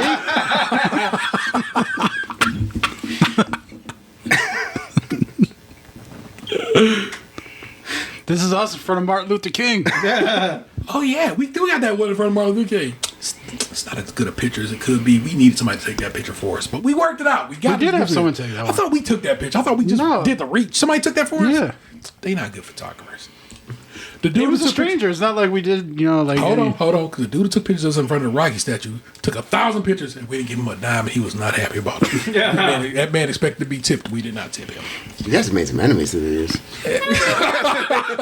If we have one enemy, I guess it's him. But Yeah. We thanked them, though. We were grateful. Some say words are worth 1,000. Dollars? Sure. Yeah. That's the ticket. Worth 1,000. I'm better for it having done this show. I've guested on a bunch of people's shows over the years. I do a whole another podcast. I do actually 2 other podcasts now I think about. We do Cadillac on Mars. That's a once a month dealie. So you get now that Chalfie hosts that one. All I gotta do is show up. It's lovely. Tell you something, man. Just it's not a lot of shows I get to just show up on, but that shit right there is very relaxing. Like my heart rate right now is probably like I've closed my exercise ring today, sitting here talking because I'm doing this. When I'm the guest, when recently I was, it don't even budge because I get to just check that out. Yes, it's a good observation there, host. Love that shit. But I don't know, man. I celebrate us.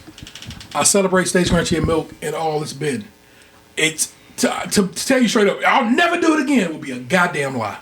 But I have no plans, so I'm not going to tell you this shit could be. It could be here in a couple of days. It won't be, baby. You won't even see this episode until I feel like doing it, because then I have to go through and edit myself crying. Which, trust me, I've done it once before. It's a lot. I mean, if I'm being honest, the thing about this was we said we were ending it here, but I never said I wouldn't do it again. That's what's up. yeah, I mean, Who knows what the future holds? Yeah.